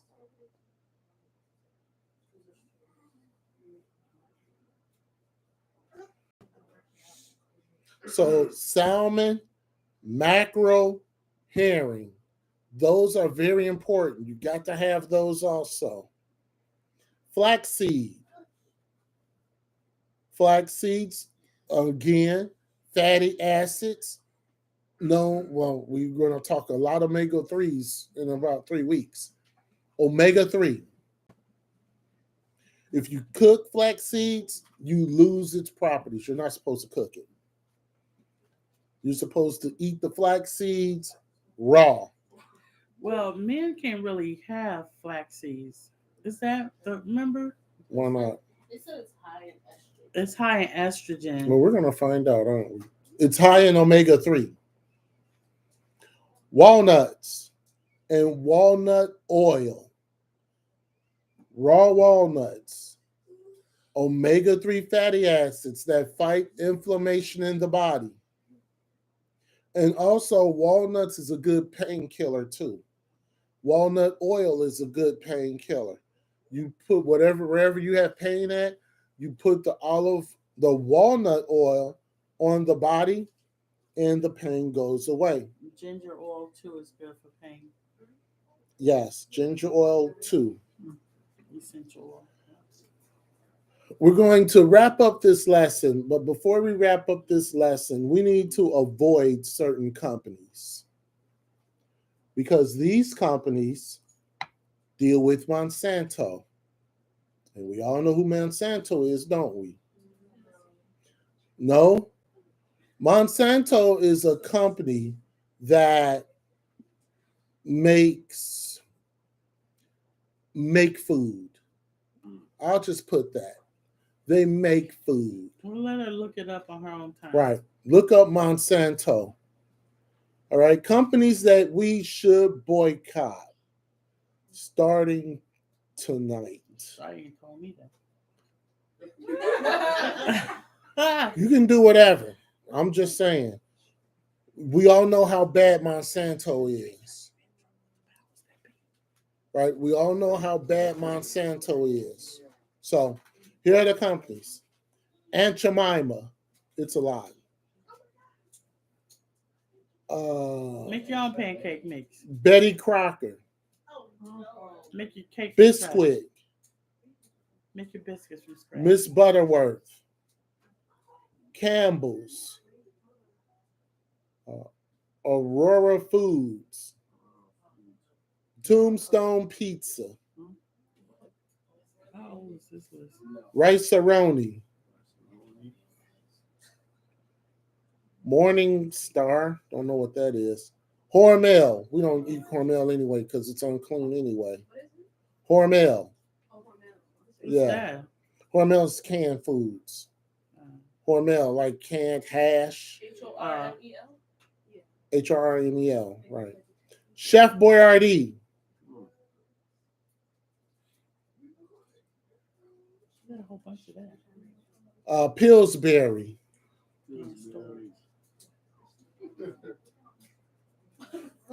Famous Amos Cookies.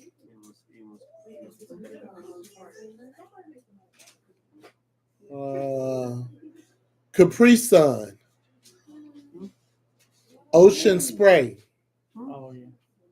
Ragu pizza sauce. Oh, yeah, I don't use that. Okay. So those are under those companies.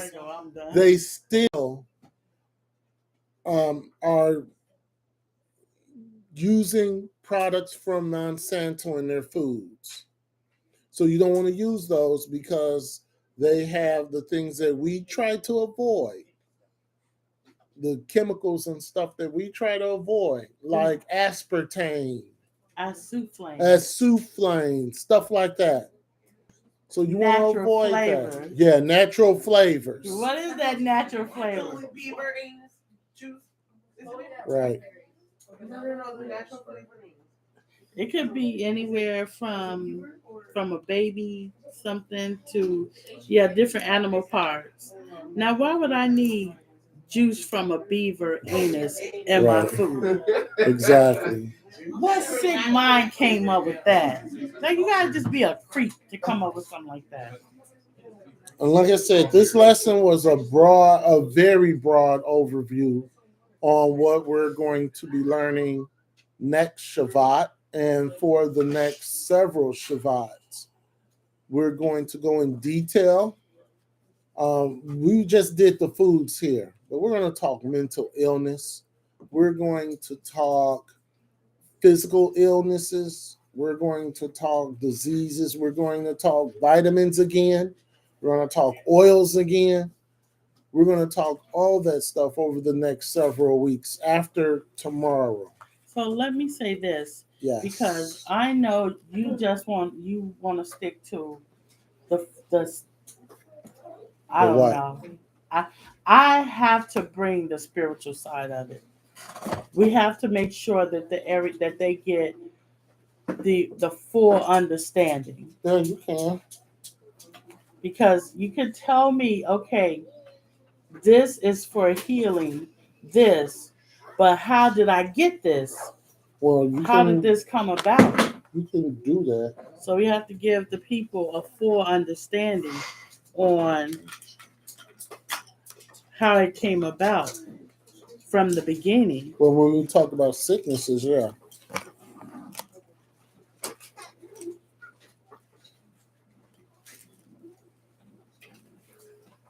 Yeah. We're going to give the people a full understanding, the way Mother give us a full understanding.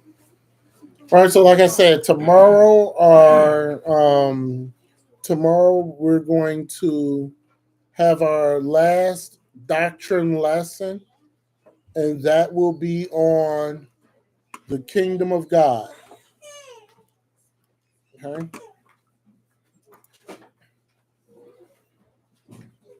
All right, so we'll open it up for questions. Yes? Okay, so like frozen fruits and vegetables. Good, bad. Frozen fruits and vegetables. Right. Like I would say that would be better than canned.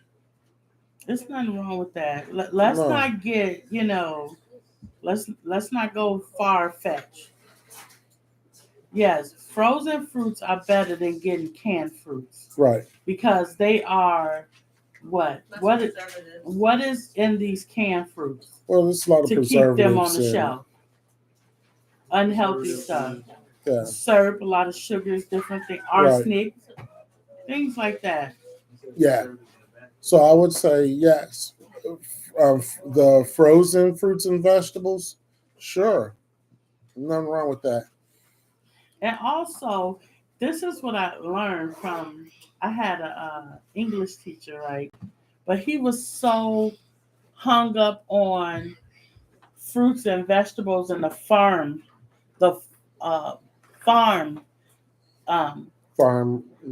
market. And I told you about this. He was my second English teacher.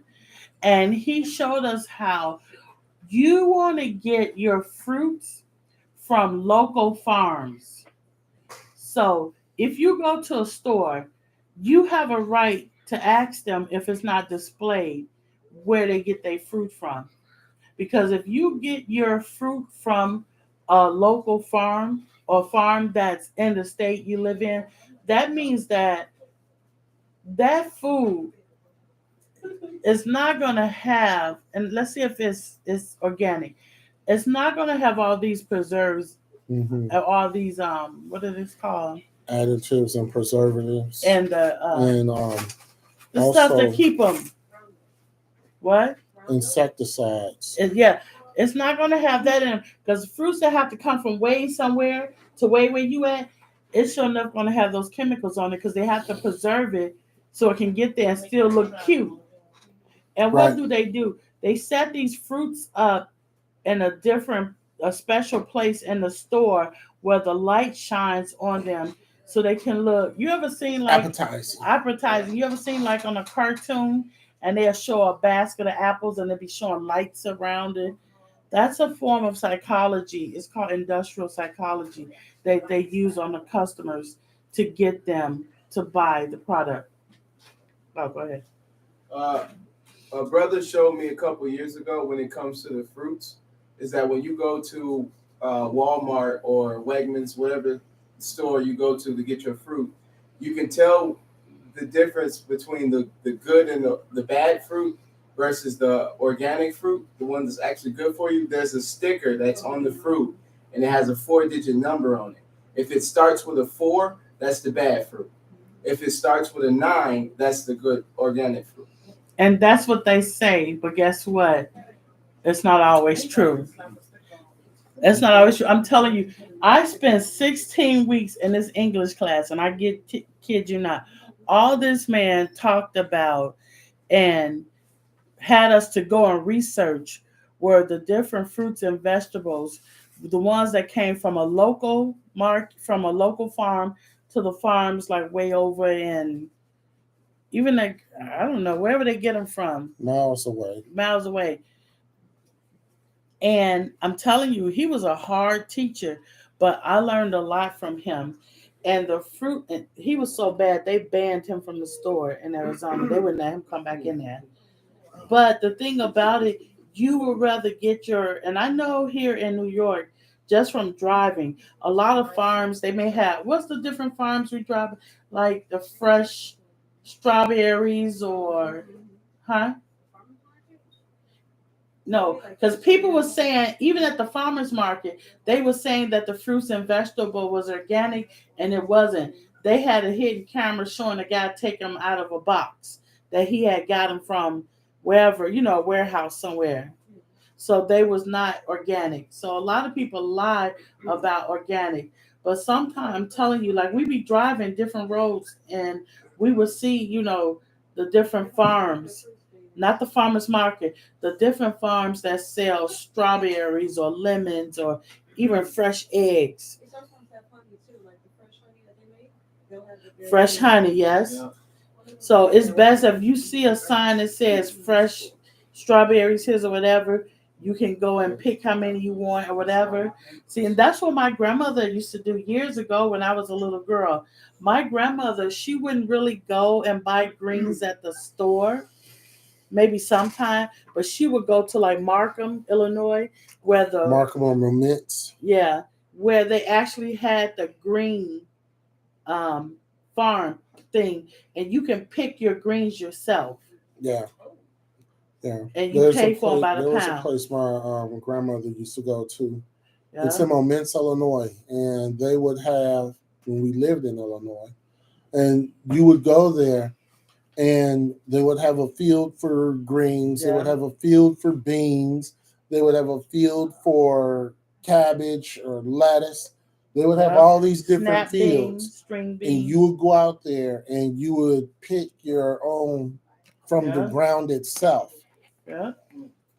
Yeah, I don't even know if they even do that stuff anymore. They do. Yes. I don't know about like fruits and vegetables, but I do know that the people at work, they would get together and they would buy like cows and pigs, and they would go half on it.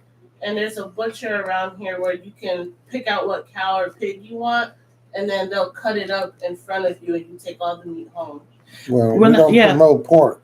Right. When I was in Arizona, my teacher, one of my teachers, her husband and her father would go and they would kill, they would go hunting. They get like an elk. They knew this guy who was a butcher. They would pay him $200 to cut it up for them. And she said they would have meat for like over a year. Yeah, because 2 years. Is like 1,300 pounds. And they would have sausage. They would have elk ribs, like barbecue ribs, stuff. I'm just like sausages, burgers. She said that all they would do is they would buy the butcher's paper. Yeah. And they would make the different steaks and the, whatever the parts, how they cut it up. She said they have not bought meat in years. Well, if you bag an elk, then yeah, That's pretty big. Yeah, they are. They're huge. Oak is very gamey. Very gamey. When I was in high school, I had a culinary class, and this white kid would go hunting with his dad. He brought some elk in to cook in the class. And see, that's what a lady in Sholo, Arizona, remember we went up there Mhm. and they were growing, they had turkeys. They had like turkeys, guinea fowls. And when she let us taste some of that turkey, Mhm. it tastes like dirt. I Well, was chewing and chewing. Those are I- the minerals. I could not bring myself to swallow that meat. That's because it's fresh. And I said, Lord, if we go to the wilderness, I'm going to be in trouble. No, because you're going to be eating fruits and vegetables. Yeah, but how you think that fruit and vegetables going to be tasting? Probably not like the They fruits just- and vegetables here. It's going to be a different taste. Even the water. Different size. Right. It's going to be different. Because you know strawberries are not what they really are. Strawberries, when they were back before they started changing them, they were about yay big. Strawberries? I Yeah. thought they were big. And Strawberries what is is like this, and they were like yellow, and they were. Yeah. What is these hairy looking strawberries they got now? I don't know. Remember, we had some. I would not eat them. What were they? It started with R. No, that was Rhubarb. that was Ramadan. That's what Yeah, it is. Rangatong. Rangatong. What's a orangutan? Have you ever tried there's watermelons that's yellow, there's bananas that's red, and they're actually supposed to be good for you too. Yeah. They have some at the store we I go tried to. Yellow watermelon. So good. As long as it has seeds. It's going to be fruit in the wilderness that we probably never even heard of, Probably. never seen before. Probably. But Adam and Eve did not cook their fruits. So there ain't going to be no fried watermelon in it. No. All right. That's going to conclude. Any other questions? Like I said, that's a preview of what we're going to learn when we go into depth about food, and about oils and stuff like that. So, if there's no questions here on the chat, join us tomorrow, 1 p.m. for. No, it's not. What time is it tomorrow? Children. 2:40, 12:40, right? No, we don't live stream at 12:40. We live stream at 1. Oh, well, you all be here at 12:40. We start the live stream at 1 p.m. Eastern Standard Time for the children, and 3 p.m. will be our lesson. So if you've enjoyed this lesson and found it educational, like, share, and subscribe. Hit the notification. I'll let you know when we go live. In 2 weeks, on the Sabbath day, we will start with the health and healing lessons. And yeah, Kwam Yasharala. Kwam Yasharala.